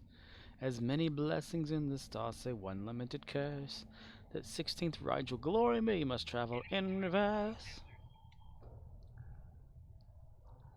Jonathan Hardy recited those lines, and now that man he passed away not too long ago. Voice of Rigel from Farscape. Or one of the voices, I should say. I mean, he was the TV Rigel voice, but not the on-set Rigel voice. Just Call McCower says, I really wanted River Song to travel with 12 for an entire season as a companion. What is your major malfunction, numbnuts? Didn't Mommy and Daddy show you enough attention when you were a child? Yeah, that would have been pretty freaking awesome, actually. Like, the Doctor drop off, well, what was it? Rory and Amy got angeled back in time, so they couldn't travel anymore or whatever for some reason. And, he could have come, like, got River then. But I think she was off, like, just doing some weird shit, right? Like, some things that, like stealing and adventuring herself.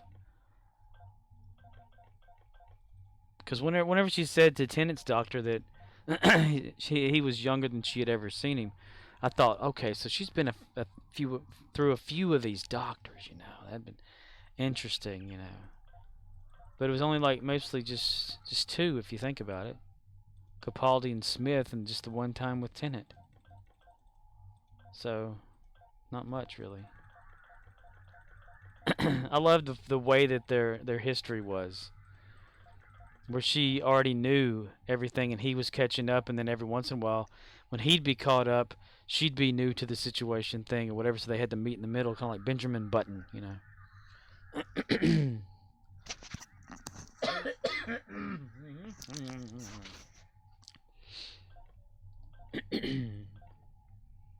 Meet in the middle. The silence will fall, Doctor. I laughed so damn hard when I was rewatching that scene with the Silurian guy who I can't remember the name of, and Clara. He kept calling her boy. Samuraith says, frog in the throat? No, life in general. Just Call Makora says, that is what I love about the Big Finish audio dramas. They expand on the Doctor Who universe so much so you get more River Song stories, or more stories with your favorite companions. Oh, that's pretty cool. If they could put that to video, I'd love it. No, the talking today and talking now and stuff like that's got my voice kind of Plus, the weather change. Apparently there's a cold front or something coming through. And that always affects me. Destroy Tholian ships. Archer system. Where you at, buddy? Yo, Devin!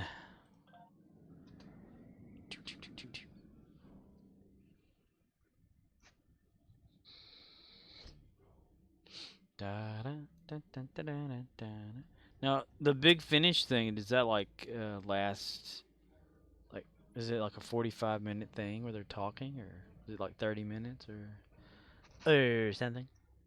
We don't have time for that shit. Get over there. Ain't nobody got time for that. Ain't nobody got time, nobody got time, nobody got time for that. Just Call Makora says, it is basically an episode of the show if your screen was broken. So I could totally like watch that then. I mean, hell.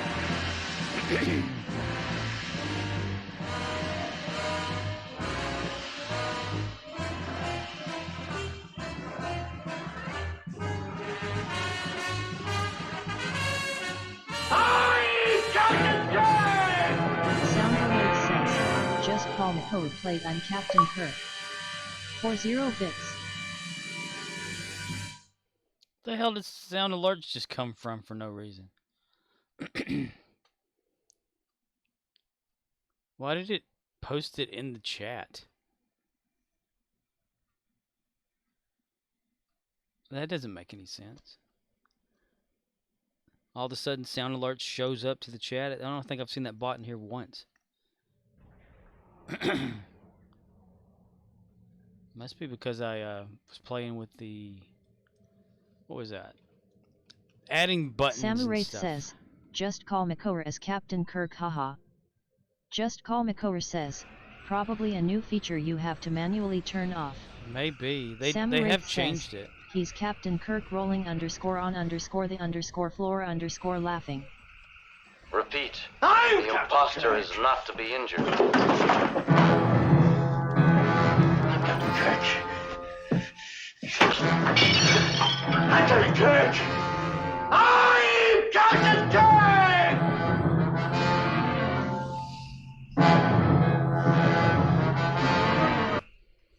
Well, I went to the sound alerts Samuraith dashboard, says, just call Makora yelling. and it said it's like it was different, and I went to add like a sound to it, and then I added a text-to-speech fake function thing, and that's all I did. And I guess it reset something. I don't know. It's the first time I've seen it in the chat.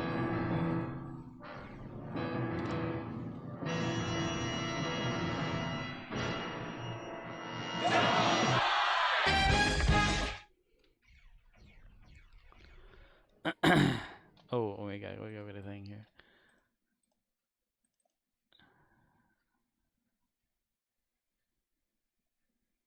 Here it comes. I don't think so, Tim. I don't think so, Tim. I don't think so, Tim. I don't think so, Tim. I don't think so, Tim.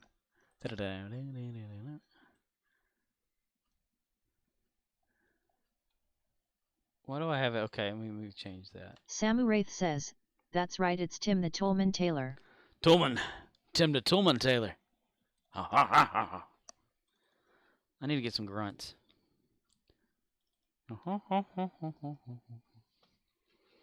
I don't think so, Tim. I don't think so, Tim. I don't think so, Tim. I don't think so, Tim. Dun dun dun dun dun dun. Brum, brum, brum.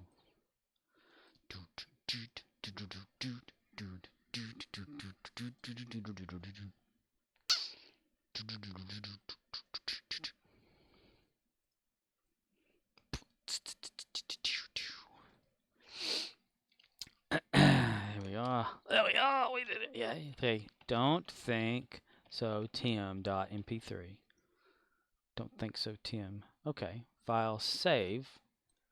Now it should play. I need to add this one.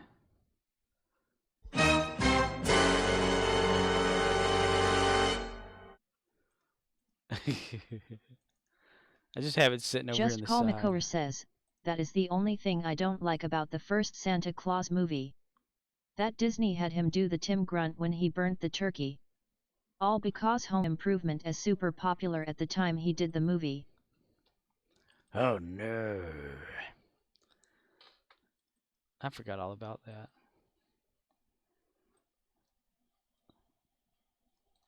Dun dun dun dun dun dun. Bow bow bow.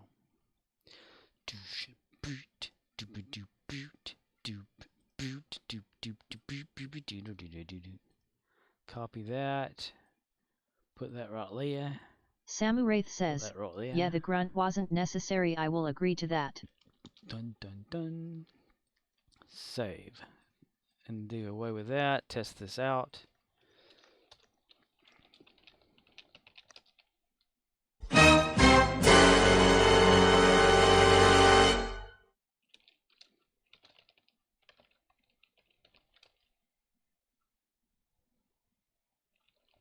Scorpwana says, Herm.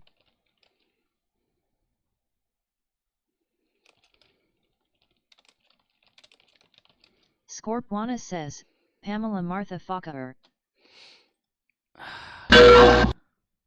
Samu Wraith says, we do need some grunts though.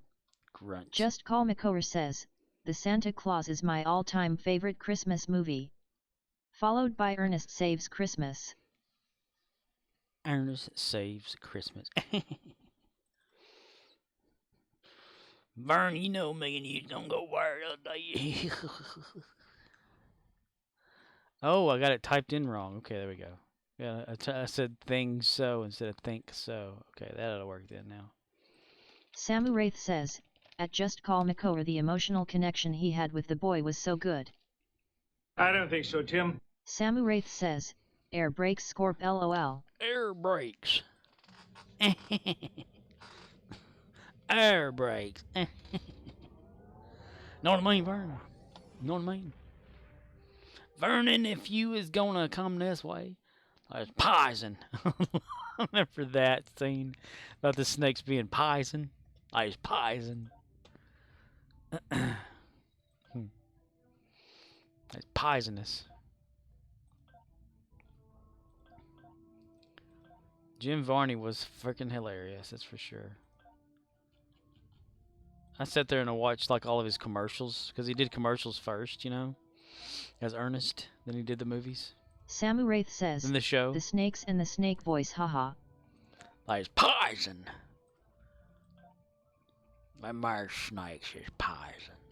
There's poison.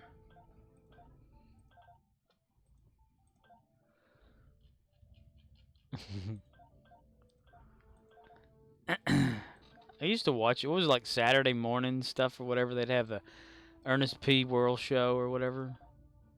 That's where they had the little cook guy or whatever with his eyes that would go back and forth, and little skinny Bobby, they'd call him. Ernest would pretend to be the old woman. Or Jim Varney would be the old woman. Samu Wraith says, remember the way it did the FPS view of Ernest dragging in the Christmas tree? That was hilarious.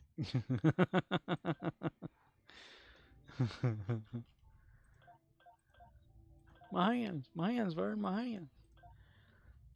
Samuraith says, I don't think I watched that show Scorp, the TV show. Yeah, it didn't last very long. But it was more of Ernest being crazy, you know.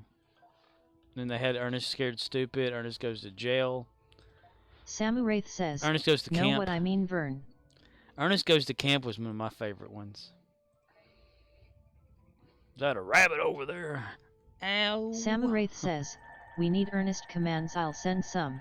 Do it. Do it, Griffin. I got a new bullshit one I need to add to the thing. I don't know if I want to put it in like a Family Guy as a sounds folder or the says, bullshit one. I watched Ernest Goes to Jail. Just Call McCower says, I will never forgive Roseanne for killing Jim Varney.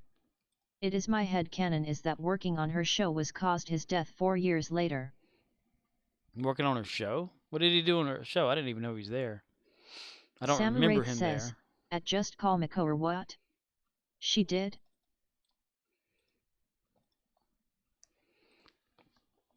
Let's see.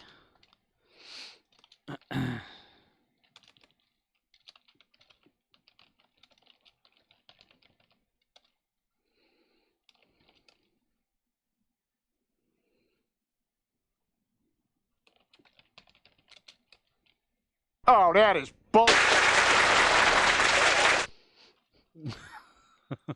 Just Call McCower says, he was a prince on the show that had feelings for Jackie or something like that. Oh, I forgot all about that character.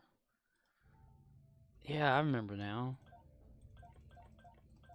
Samuraith says, that makes me sad. I loved Barney so much in Ernest Saves Christmas.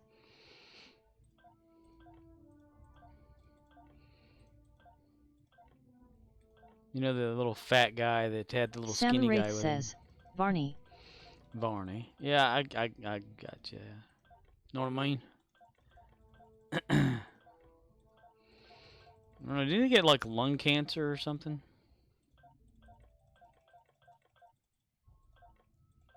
Shortly diagnosed after doing the Beverly Hillbillies commercial or movie. Just Call McCower says, yeah he did. He was a heavy smoker. Change character. Meet Virginia. Samuraith says, but she somehow got him sick or something core. Probably the stress of it making him smoke more or something. Being around Roseanne.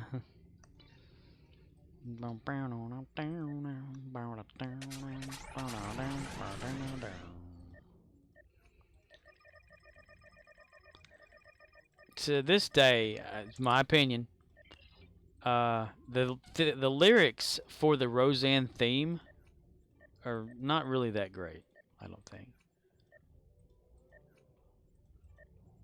Just Call McCower says, no, she didn't actually kill him. Butcher knife. He died on her show, so I pretend she was the cause of his actual death. But she really didn't. She did not. Oh, hi, Mark. Not.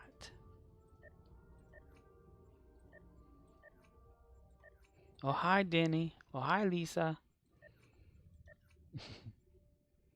Oh, hi. Samuraith says, yeah, oh hi Mark. Oh, hi, Mark.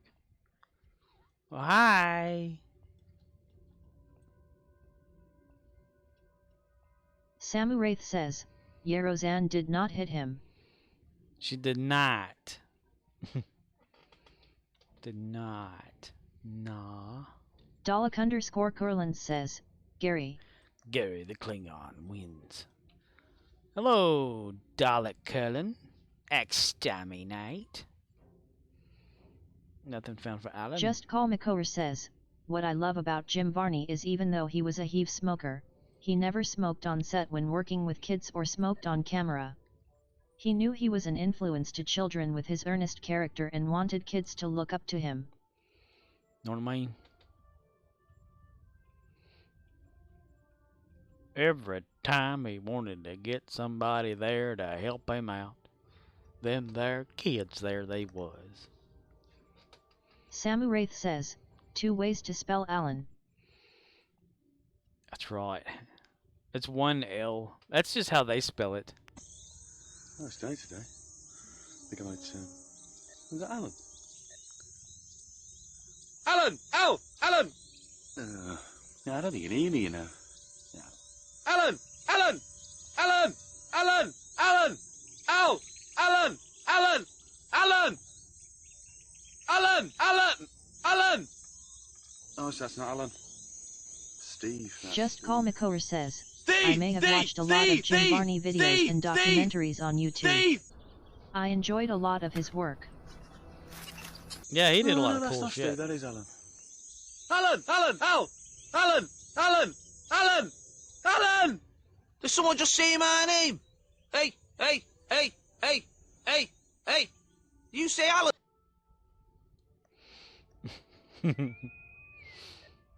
Hey, hey, hey, hey, hey. Yeah, I used to just watch YouTube videos of all his earlier work and stuff like that. Samuraith says, at Just Call Makor same me too, I enjoyed a lot of his stuff. He did Beverly Hillbillies too, right? Yeah, he did the movie Just Call Beverly Makor Hillbillies. says, Yeah. yes. Jed Clampett. Used to watch the original myself way back in the day. Back when color TV was just a myth. No. What the hell? How does it's doing its own lurk command now? I mean, people, when they lurk, that usually it triggers that thing to say so-and-so is now lurking. Why is it doing the lurk? Samuraith says, same, I watched the original as well. Come and listen to my story about a man named Jed. Poor mountaineer, barely kept his family fed. And then one day he was shooting at some food, and up through the ground Samuraith come a says, bubbling crew. we need Barney snakes, I may look for that. Oil, that is. Samuraith Black says, gold. Barney. Texas tea. Well, the first thing you know, old Jed's a millionaire. The kinfolk said, Jed, move away from there. Said, California is the place you ought to be. So they loaded up the truck and moved to Beverly Hills, that is. Swimming pools, movie stars. The Beverly Hillbillies.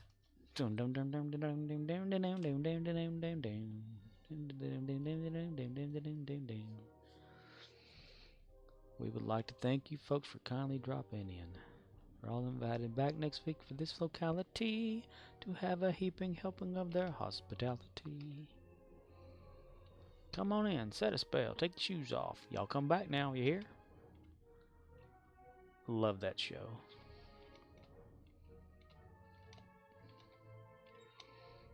New respawn Romulans are point. attacking from the south. Ramalama ding a dong hands. Bam lamb.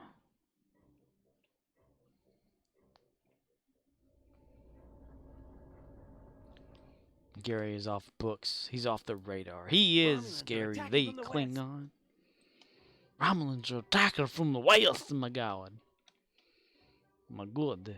My good. Oh my goodness gracious, about the fire. Goodness gracious. Goodness Garcias. Romulans are attacking from the west. My goodness Garcias. Break balls of 4. You shake my nerves and you ride on my nerves. Too much of my nerves are my nerves and nerves. You broke my nerves? Oh, what are nerves? Goodness, nerves, balls, and balls, nose, nerves. Ooh, they cheated right there. That texturing is a piece of shit. Look at that texturing. Yeah, I'm gonna tell on them. I'm gonna beat their hair in. Yeah. That reminds me, I need to get dude saying Curlin here because that guy doesn't work for Cryptic anymore. Healing. Should I help you heal? We shall heal Romulans together. are attacking from the south. It is your move. Go on.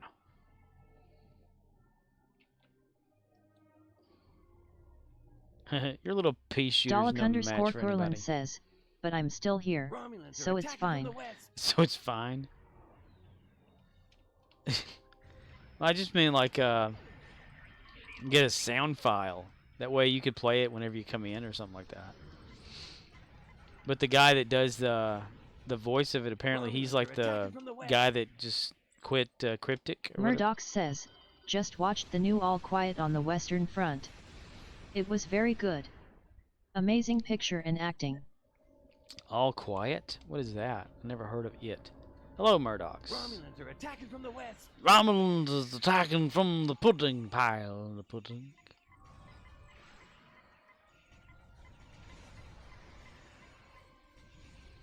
Romulammadingadonganans. Samu Wraith says, sent Pison snakes to you Scorp. Poison. There's poison. Them snakes is poison. Samu Wraith says, LOL. Well, they sure do have like a lot of texturing Murdoch bullshit says, problems there. All Quiet on the Western Front is a novel by Erich Maria Remarque, a German veteran of World War I. The book describes the German soldiers' extreme physical and mental stress during the war, and the detachment from civilian life felt by many of these soldiers upon returning home from the front. Samu Wraith says, so funny. Yeah, the I want to say in the Ernest television show, he has that same character because that's where a lot of his characters come from. You know, it's the TV show he had, like the old lady with the thing around her neck, kind of thing. That's one of his characters from his show. The old lady. Samu Wraith says, I love Ernest P. Worrell. Know what I mean? A Romulan. You should go back and watch some of the commercials that Jim Varney did as Ernest P. Worrell for people. Samu Wraith says, know what I mean, Vern. He did like car commercials and like what was it, Sprite commercials for a local bottle company up there. It was in Tennessee. I think Memphis, Tennessee is where he... Samu Wraith says, yeah. I didn't know that. Yeah, there's like a whole thing out there. There's hours of him as Ernest.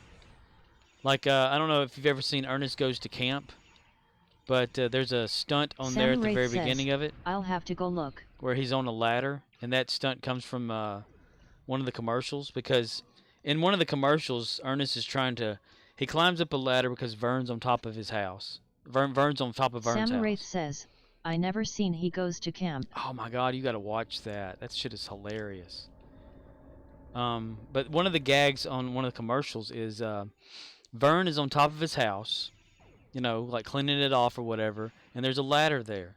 Well, Ernest, being Ernest, comes up there Samu Wraith says, to talk to him. Okay, I'm watching that. He walks up the ladder to talk to Vern, and Vern doesn't want to have anything to do with him, so he kicks the ladder, and Ernest falls off the ladder. And he's like, oh! Vern, give me a hand, Vern. Oh! And he just falls down. Or Samu Wraith says, LOL, he kicks the ladder grinning _face _with _sweat. And there's one where Ernest... Samu Wraith says, that sounds so funny. Since Ernest just decides to come into Vern's house unannounced, he walks by his kitchen window all the time too, and it'll be open. So when Ernest does, Ernest sticks his hands through the window, you know, and he'll be talking, and Vern is like looking at him or whatever, and Ernest will look away, so Vern slams the window pane down on top of Ernest's hands, and Ernest goes, my hands, Vern, my hands, my hands, Vern. Or whenever he's like trying to get into Vern's house, and Vern's trying to shut the door, he says, got my foot in your door, Vern. You know why, don't you? You can get some new furniture down there at so-and-so's place. Your old furniture ain't doing too good, is it, Vern? Not since I did what I did with it. You know, it's pretty funny shit. It's like Vern, you know, he's the cameraman. Samu Wraith says, No. my hands, haha, that's all in the summer camp movie? Some of it might be, I can't remember, but that's a lot of that. If you watch the commercials that he did, he puts that into a lot of his movies, because it was just a character created by someone else and himself, because he used to do stand-up comedy, Jim Varney. before all that, and he was trying to get into like acting and whatnot, and that's when he got onto commercials. And as Ernest P. Worrell, the man who never changes his clothing whatsoever.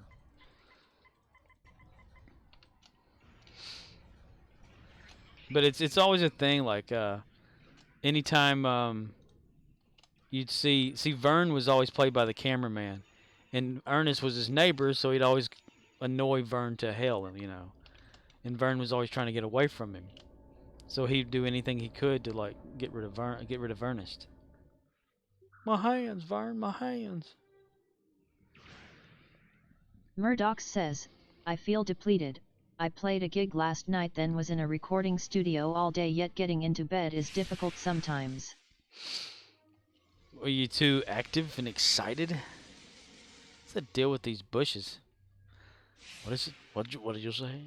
What did you say, bushes?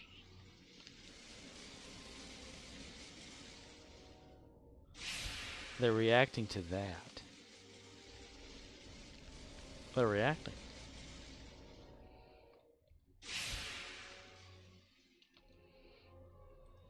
Dalek_Curlin says, at Murdoch's those bushes are excited for you. Them there bushes, boy.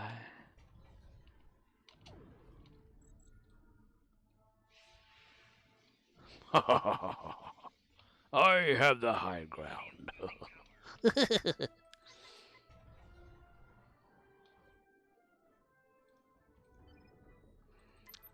I sent my security officers to deal with them, and they're dying.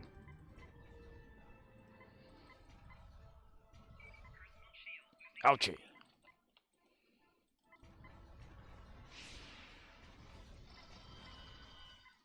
The drill is in a critical state. But I need to A critical state? Would that be Illinois?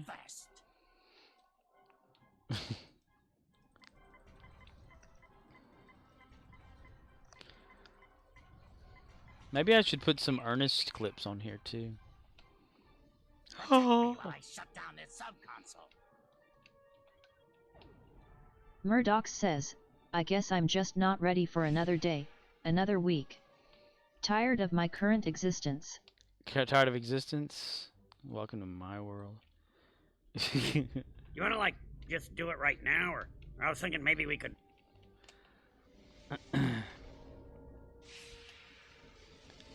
Existence does need to change.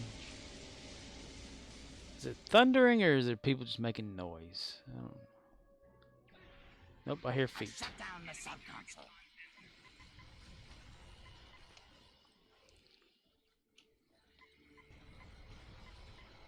Fire. I heard a door shut. Yep.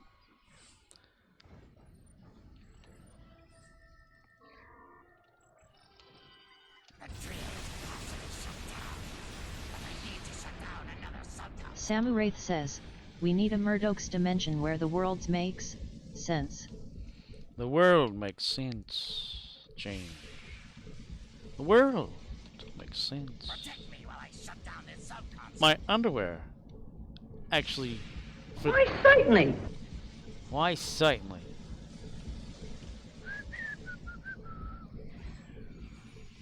Dun dun dun dun dun dun dun.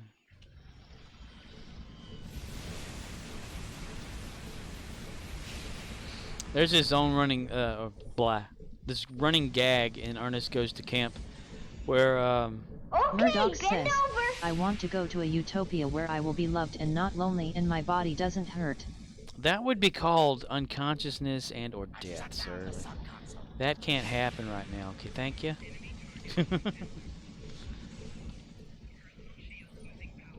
Unconsciousness is basically the only way to steer clear of most pain, you know. Even though some forms of pain can still exist even when unconscious. Your brain can still receive pain signals from it. Protect me while I shut down this sub-console.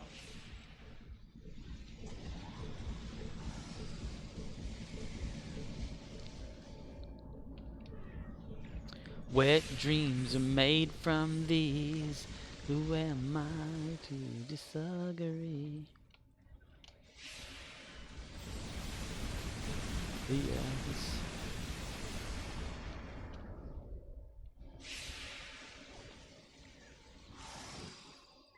I see you. Wah, wah, wah, wah, wah, wah, wah. He's just ignoring me. Cool. Gary, kill him.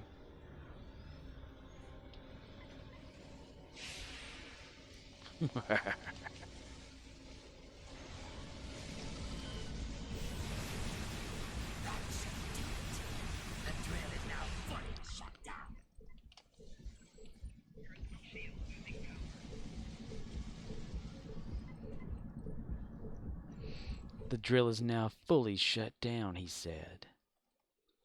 Well, he's happy, isn't he? It's fully shut down. I will rule the galaxy!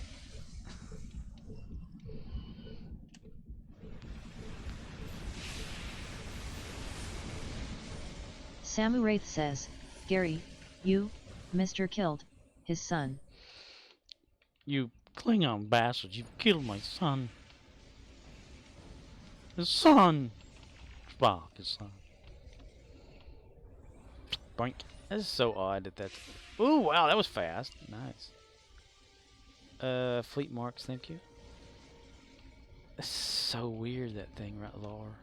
So look, you hop up, go forward a little bit, automatically pulls you to the side. How tall are you, Private? Sir, 5'9", sir! 5'9". I didn't know they stacked shit that high.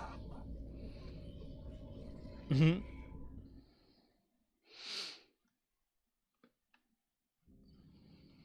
Let's see.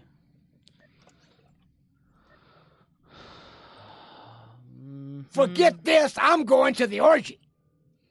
Ah, oh, the orgy. 5 more of those. I want a good, clean fight from the two of you. Any questions? Remember, that's random. That's why it plays the same shit twice. The same shite, mister. The same shite, mister.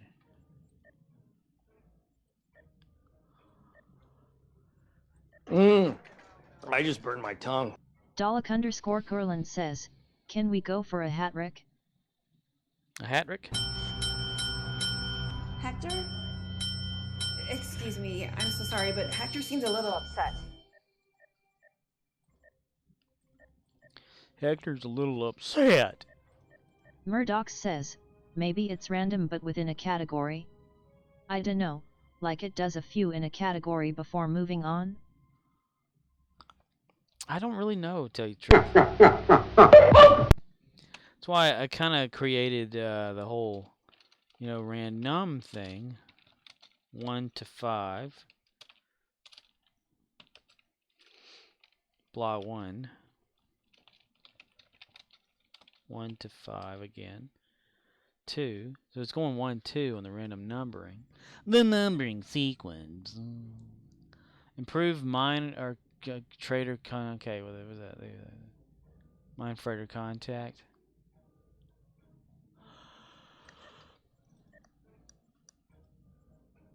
Oh shit.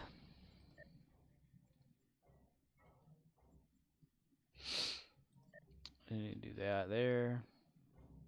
It's really unusual. I don't know what the fuck. Fire truck, I say. Fire truck. Yeah, we do that one. I don't think this boy's got all his marbles. I say.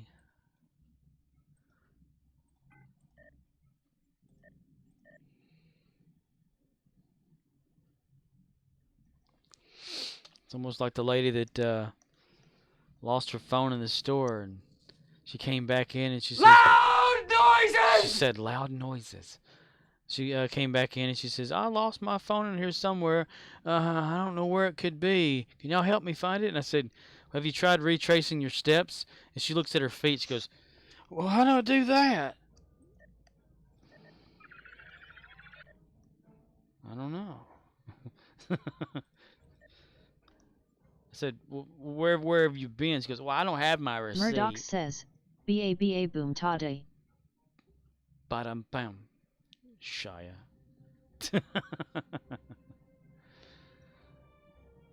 And she was like, I don't have my receipt. And I said, well, where have you been in the store? She goes, oh, Murdoch okay. says, like the drum thing after the bad joke. Bottom ting. I think it's called like what is it? It's called a rim job. Not a rim. Murdoch says, that's a real knee slapper. It's a real knee slapper. A rim shot. What that's called in music. Rim shot. Murdoch says, yeah, a roll then a rim job. Bottom. Bottom. Let me find one. We'll type it in. We'll go to YouTube.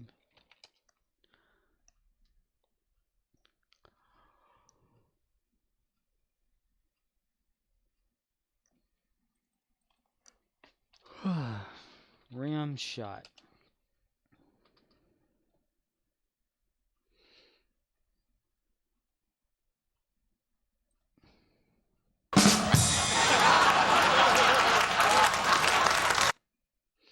Murdoch says, it's actually a roll on the snare followed by a cymbal crash.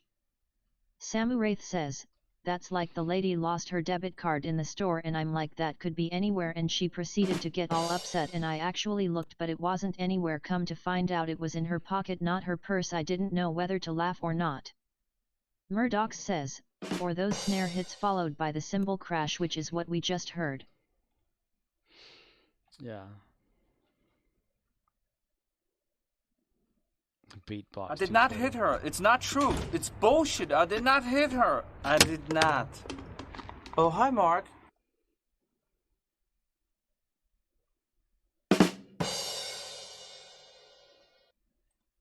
we need to have one of those.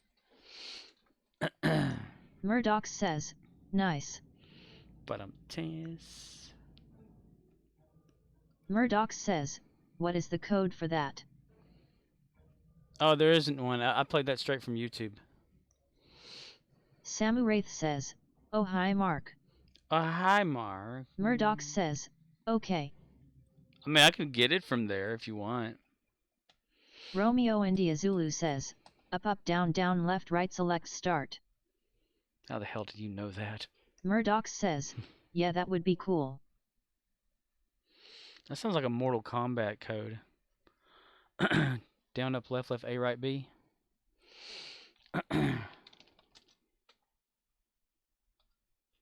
This is some bullshit.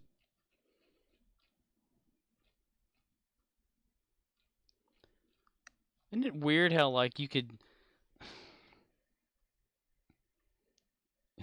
Murdoch says, so when you say a lame joke we can follow with that LOL. Let's see. This is a copy.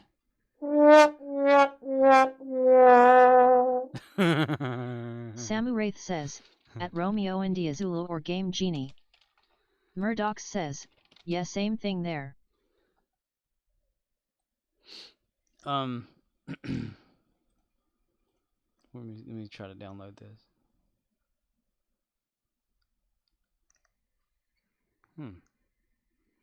480. Why in the world did it be a 480? That's just too big.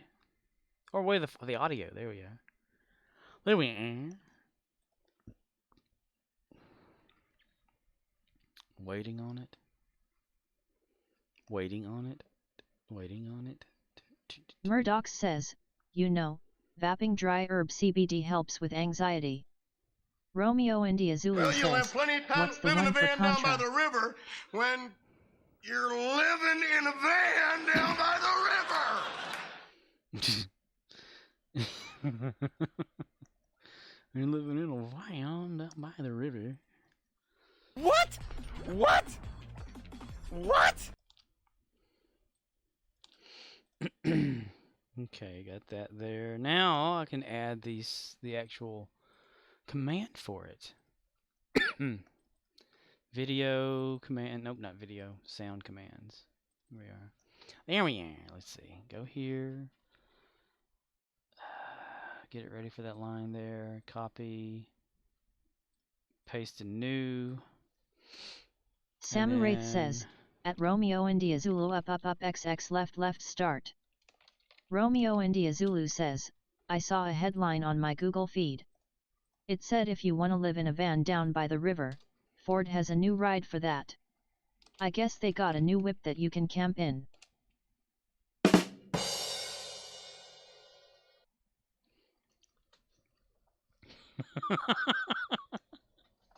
Murdoch says, nice. I was just testing it out.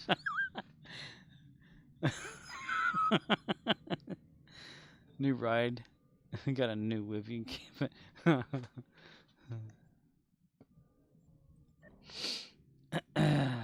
Let's see.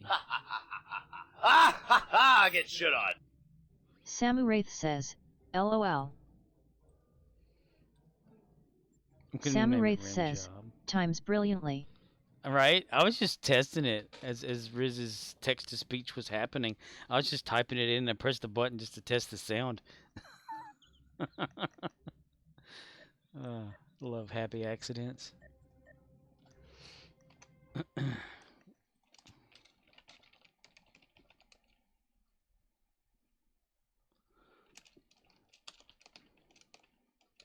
Scorpwana says, sad face.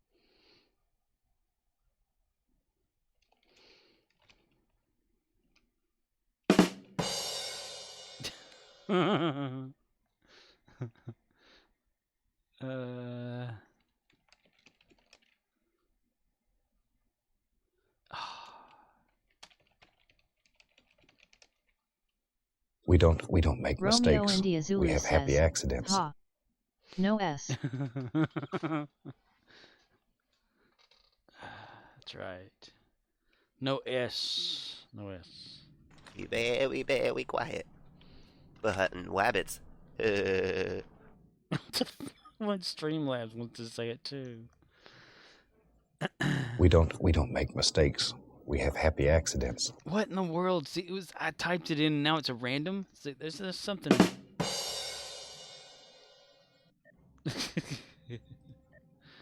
There's something to that.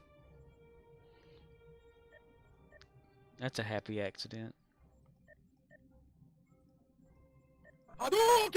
Romeo India Zulu says, Streamlabs thinks you have a lurk command?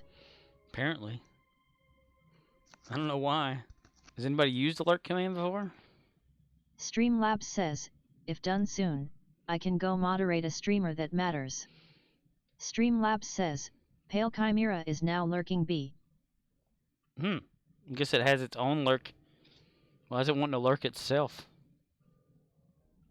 Shit!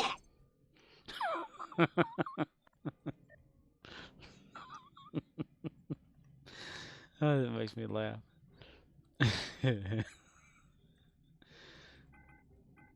Streamlabs, if you want to lurk, you need to lurk your damn self. Streamlabs says, Pale Chimera is now lurking B. So you can lurk, but you can't unlurk, is that it? Watch your profanity. Everything that I wanted.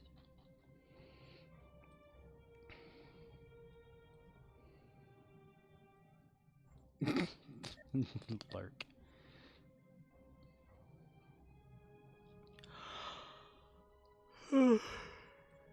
Ow. Romeo India Zulu says, lurk command, TMNT Ninja, vanish. Ninja vanish! Pale Chimera says, is it morally fine to abuse bots? Samuraith says, Streamlabs is now using a cloak. I get shit on. Morally fine to abuse bots. Well, Timber, his arms wide. If they're not sentient, yes. If they're sentient, no. If they're just a basic function, yes. Suck it! Why does that move in and out like that? The text size is... Romeo India Zulu says, we have morals up in here? Yes. The morals of the story is morally crazy, more or lessly. More or lessly.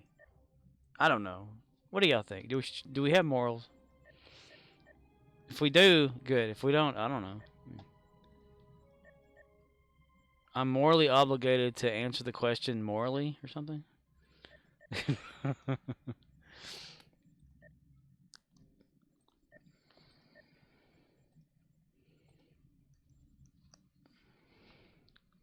More or lessly.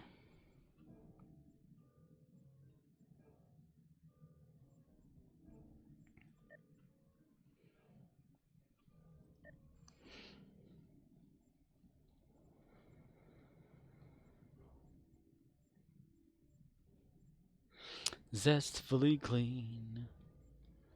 You're not fully clean unless you're zestfully clean.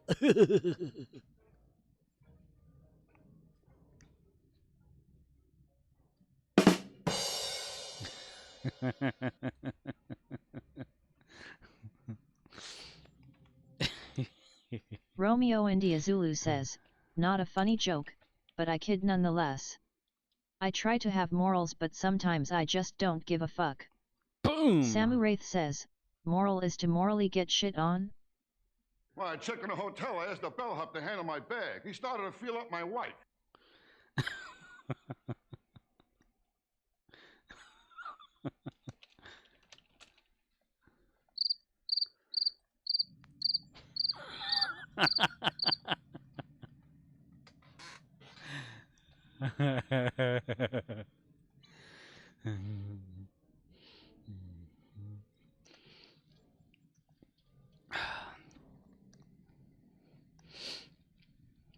How long have I been doing this? Let's see. 2 hours and 43 minutes. Wow, really? I was an ugly kid, too. I had plenty of pimples. One day I fell asleep in the library. I woke up, a blind man was reading my face. Son of a bitch!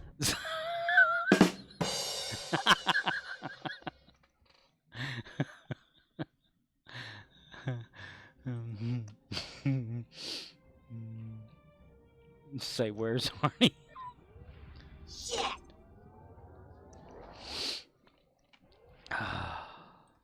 Communication from Captain Pike. Enterprise to lower orbit, full visibility. Show him what you got. Captain. Wait for it.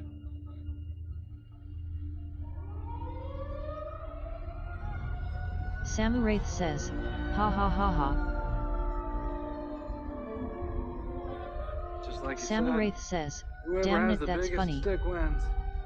In this case, Samu Wraith says, rolling That is underscore on me. underscore the underscore floor underscore laughing. God fucking damn it! Do not disrespect my bunghole! The big stick. On the big stick. The biggest stickus.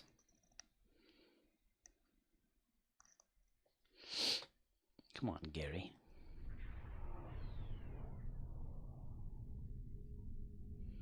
Klingon and the masters of the universe. Romeo India Zulu says, I am not a gay fish. Alright, I'm gonna come up there and punch you. Suck it! Charuto! You will die! Bow down to me! Oh, God. Okay. Okay. Okay. Well, punching was a bad idea. One of you help me? A gay fish.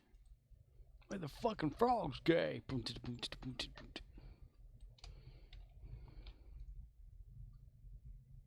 Fry. Oh, Futurama Fry.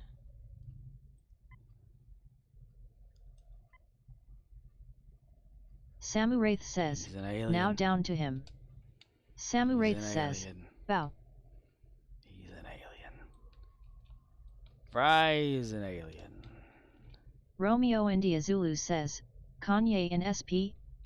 No? Kanye and SP. Oh, South Park. Samu Wraith says, GR, it's not funny LOL. Kanye and South Park. Has it been recent?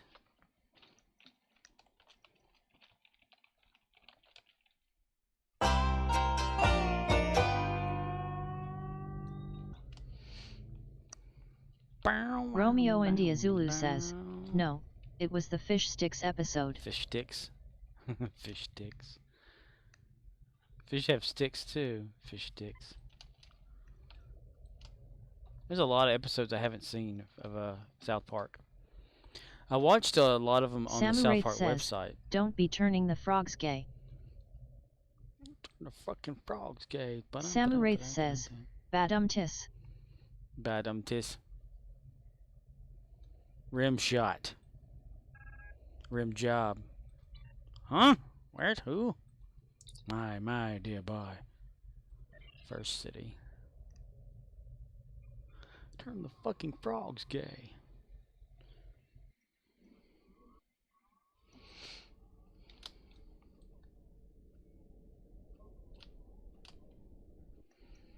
Time to go in here.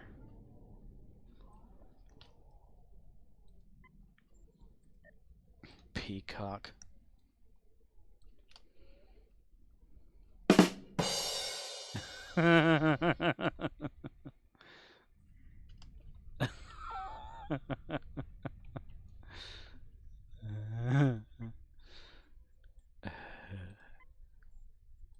What the hell? When Kramer hears about this, the shit's gonna hit the fan. At Samurai's nice typo. Nice typo. Nice. Turn the fucking frogs gay.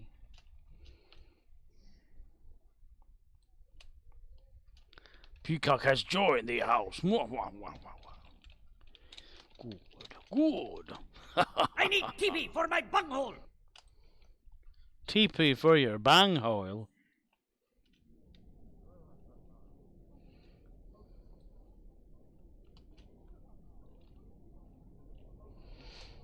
You need television for your bungholeism. Samuraith says, at Dalek_Kurland, well, guess misspelling has its advantages, lol.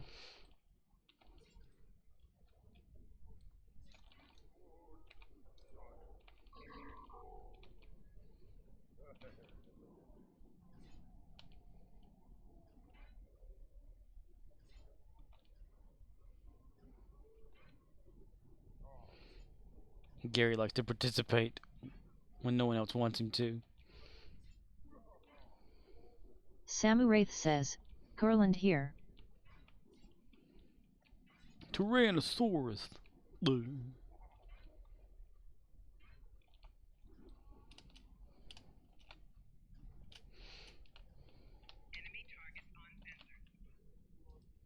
Romeo India Zulu says, https://youtube.b/c888 vatpike.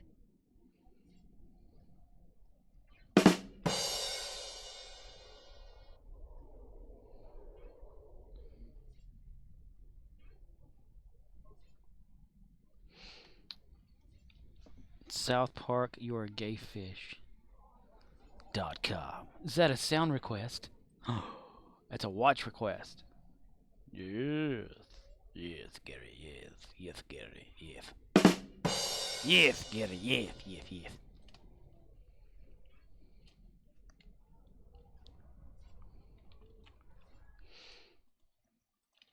The latest bullshit. Oh, that is bull.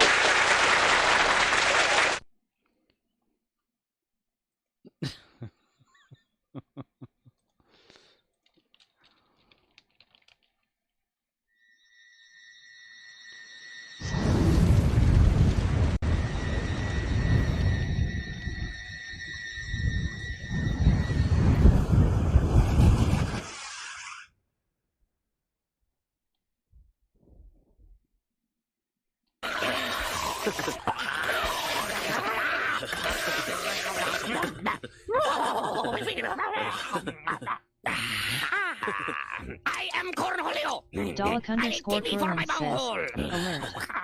Regeneration in progress. Find the doctor. I don't think so, Tim.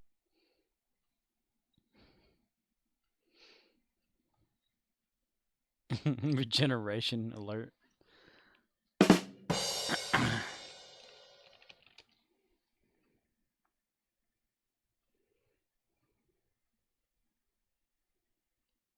Durr. Lay off me, I'm starving.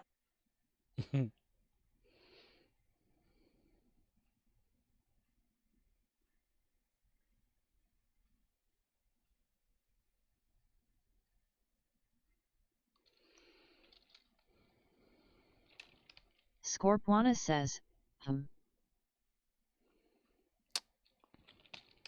Scorpwana says, Vel.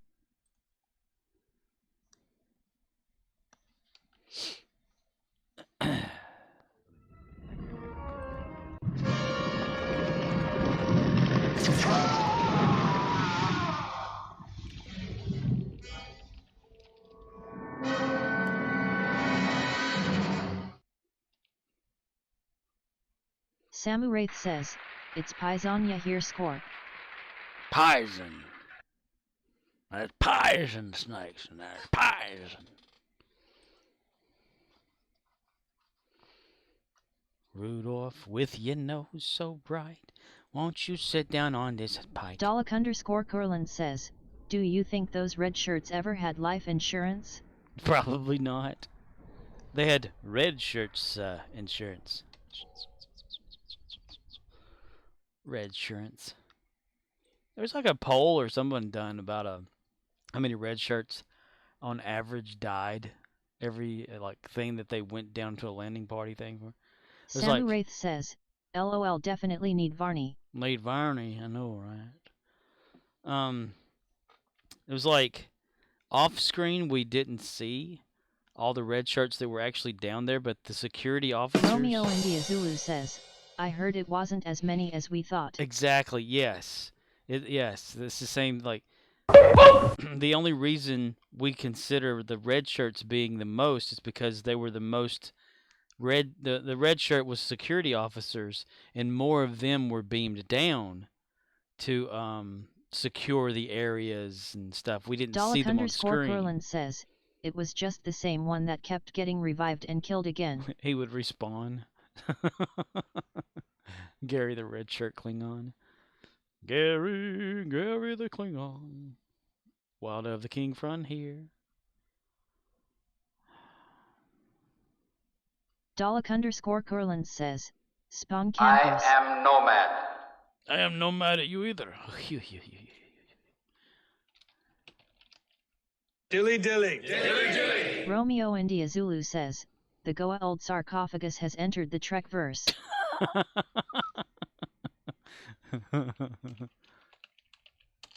Samuraith says, at Dalek_Curlin then again, them again, and yet again. And then?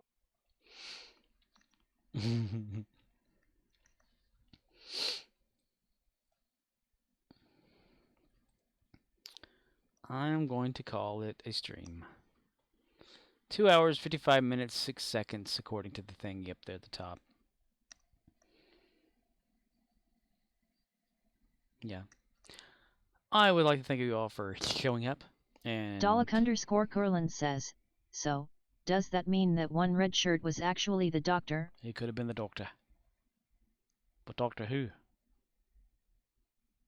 Doctor who? The Doctor. Amy Pond's Pale Doctor? Chimera says, Core, it's time.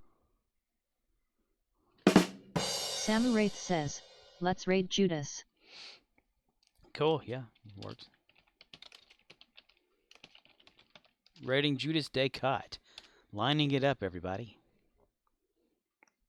Let me go in here and my web browser and load that up because it takes a little bit to get it going.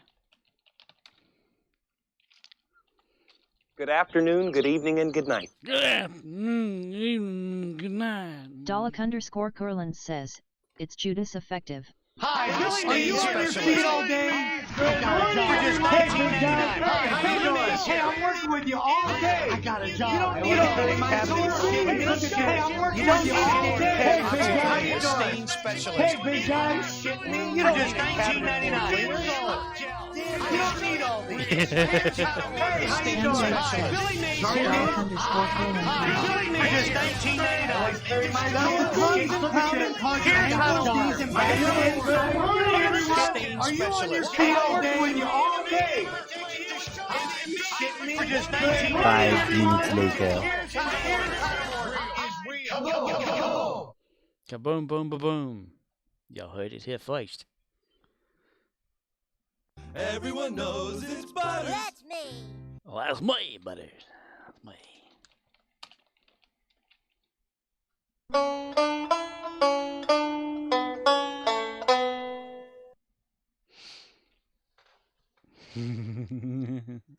All right, gonna click raid now, and here we go. Y'all have a good night. All right. Oh, it's raiding automatically. Okay.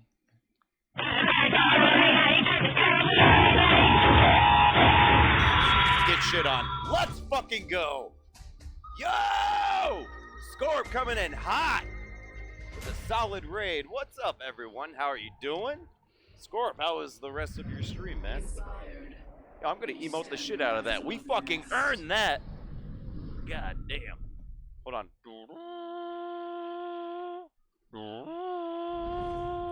Okay, I had to make the sound for you. Ooh! Oh, we're a little spicy in here. Thanks for the carry. You're welcome. Also, we got Mantis here with us. I think your audio is included. It should be. Hello. Should be. All right. Hello. You're so hype. Like, What is up, guys? Wow, that was the fakest hype I've ever heard in my goddamn life. Sorry. Greetings, Lady Judas. It's Mantis. Hello. Goramit. Yes, indeed. Yo, Scorp, thank you so much for the raid, man. I appreciate it. I really do. You spam suck it over there? Oh my god. You know what? I don't even feel bad about it. It's Scorp's own damn fault. Bows, curtsies. Yes. Also curtains. Grapes. What? Grapes? No, drapes. Oh, drapes. Oh. Is that another word for curtain, or are drapes and curtains the Twinkies? same thing? Drapes are drapes. Curtains are curtains. But what's the difference? The spelling. I don't know.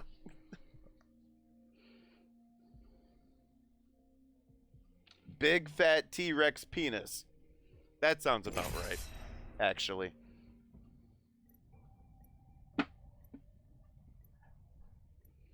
Y'all being weird right now. What the hell? Oh, it is 2 a.m. We're about to be 2 a.m. So that makes sense. Yeah, yeah. Oh, shit. That means everything's about to get weird as shit over here. Do I feel bad about it? Absolutely not. Join me, fellow fighter. Fight strong. It's my night to make dinner back home, so let's take our time. Still loving not weird yet. Fair enough. Only 8 p.m. here? Oh my goodness. Well then I guess it has nothing to do with the time, but the kind of person you are. Oh. Estevan! The sweaty caustic? What the fuck? Well, we're gonna have to put on a clinic here. Oh, I just got raided, so we gotta like run these guys over, right? We can do that, right? Yeah. Are you sure? I'm... yeah. Okay. God damn it. Let's do this. Yes, you have to show us you are good enough. That's coming from Scorp. So... He's talking to you. I'm not talking to me, he's talking to you.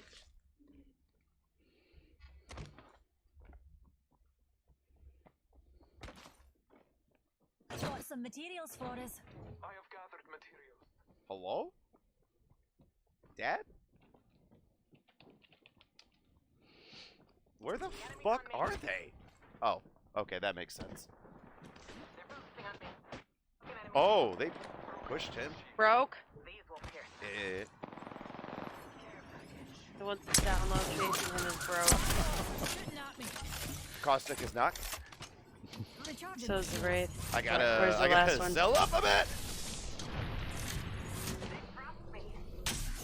Uh-oh. How the they're getting him up, they're getting him up. I can't fucking climb, god damn. I'm trying to get up there! No, get shit on! He went straight down. God damn it, the lifeline just jumped down. She jumped down. Dead! Ha! That'll learn ya.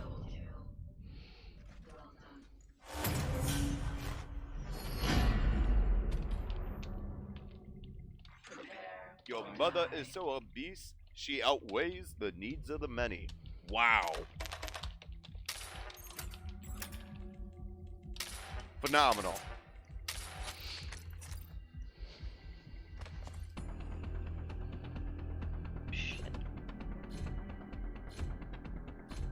Well done, Lieutenant Commander. Well done.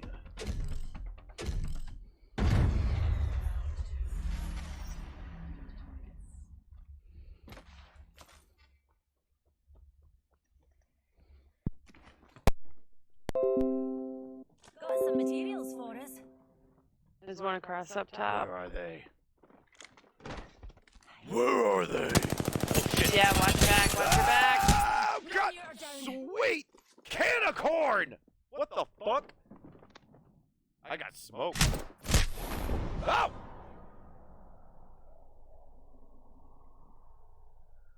Choose weapon loadout. Melee? Oh, no. I got a challenge. I have to go melee. You're not even alive. I know, but it's for this next one. I gotta do. Oh no. Just kidding. Don't. No, I'm gonna do it. I'm gonna do it. And just like that, Judas was killed. But the penguins made it safely. They're getting him up. Across the snow. Wraithed in. Oh my god. Oh, I'm good at melee. I'm good at melee, This Grizz. is fucking bad.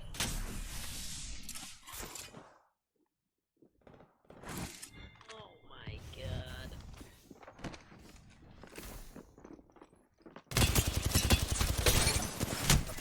Oh no! Yeah.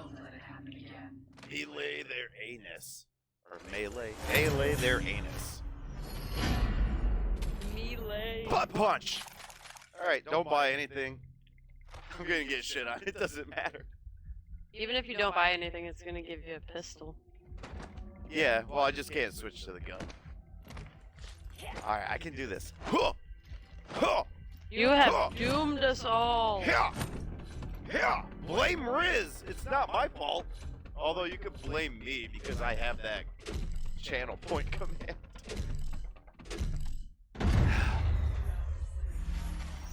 Alright, alright, it'll be fine. It'll be fine.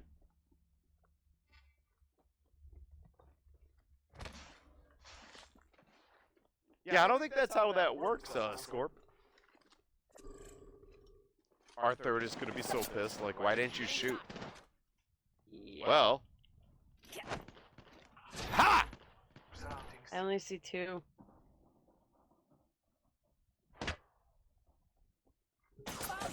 Oh, that's a terrorite! Ah! Eyes to the skies. Shields recharging. Lifeline's coming in. Oh my god. Ah! Suck it! Get your ass over here! In the name of Charuta! Ah! Oh, get knocked! I knocked her! Oh, come on, bitch! Come on, bitch! Oh, come on! Come on, Caustic! Yeah, you ain't shit! You ain't shit! Okay. I knocked one! Alright? I knocked one!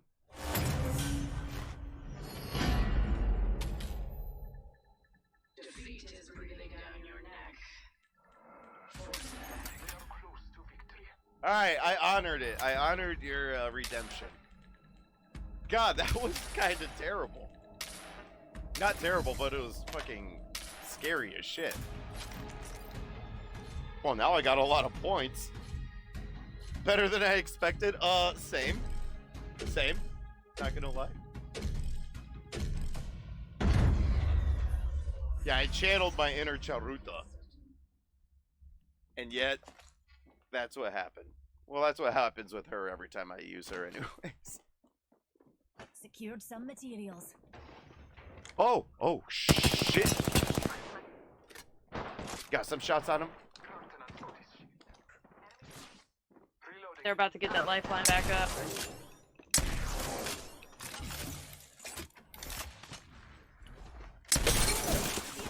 Cracked.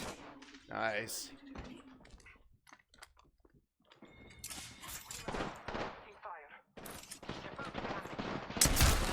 Broke. Oh, miss. Oh, ow, ow, ow, ow, ow. I'll just keep shooting at nothing.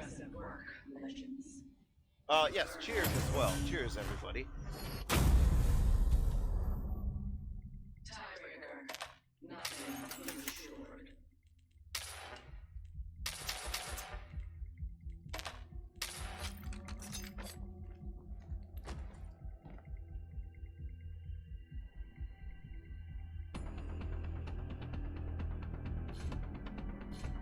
Cheers is filmed before a live studio audience.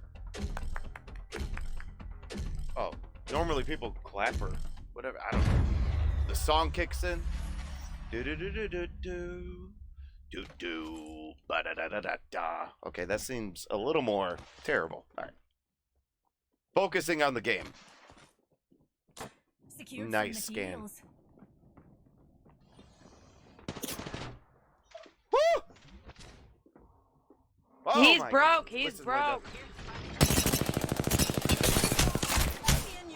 No fucking way! No way! How did you win that? You burned that bitch! Oh my God! Oh, bleh. I ain't got nothing. I don't know.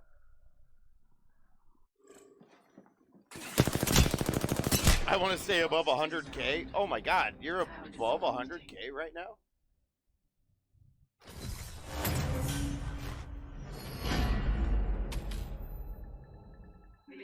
Oh, you could get a free sub, Riz, or for you or anyone else. Although I need to actually disable that because for some reason I can't gift a sub to anybody in my own channel. It won't let me. So yeah, I gotta disable that until I figure out what the hell is going on with it.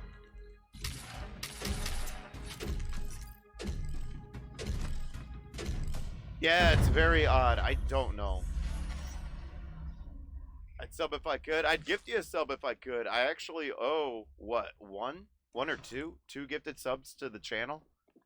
Some materials for us. They just changed their course. Yeah, at least the rate did. No, the caustics are there. Yep.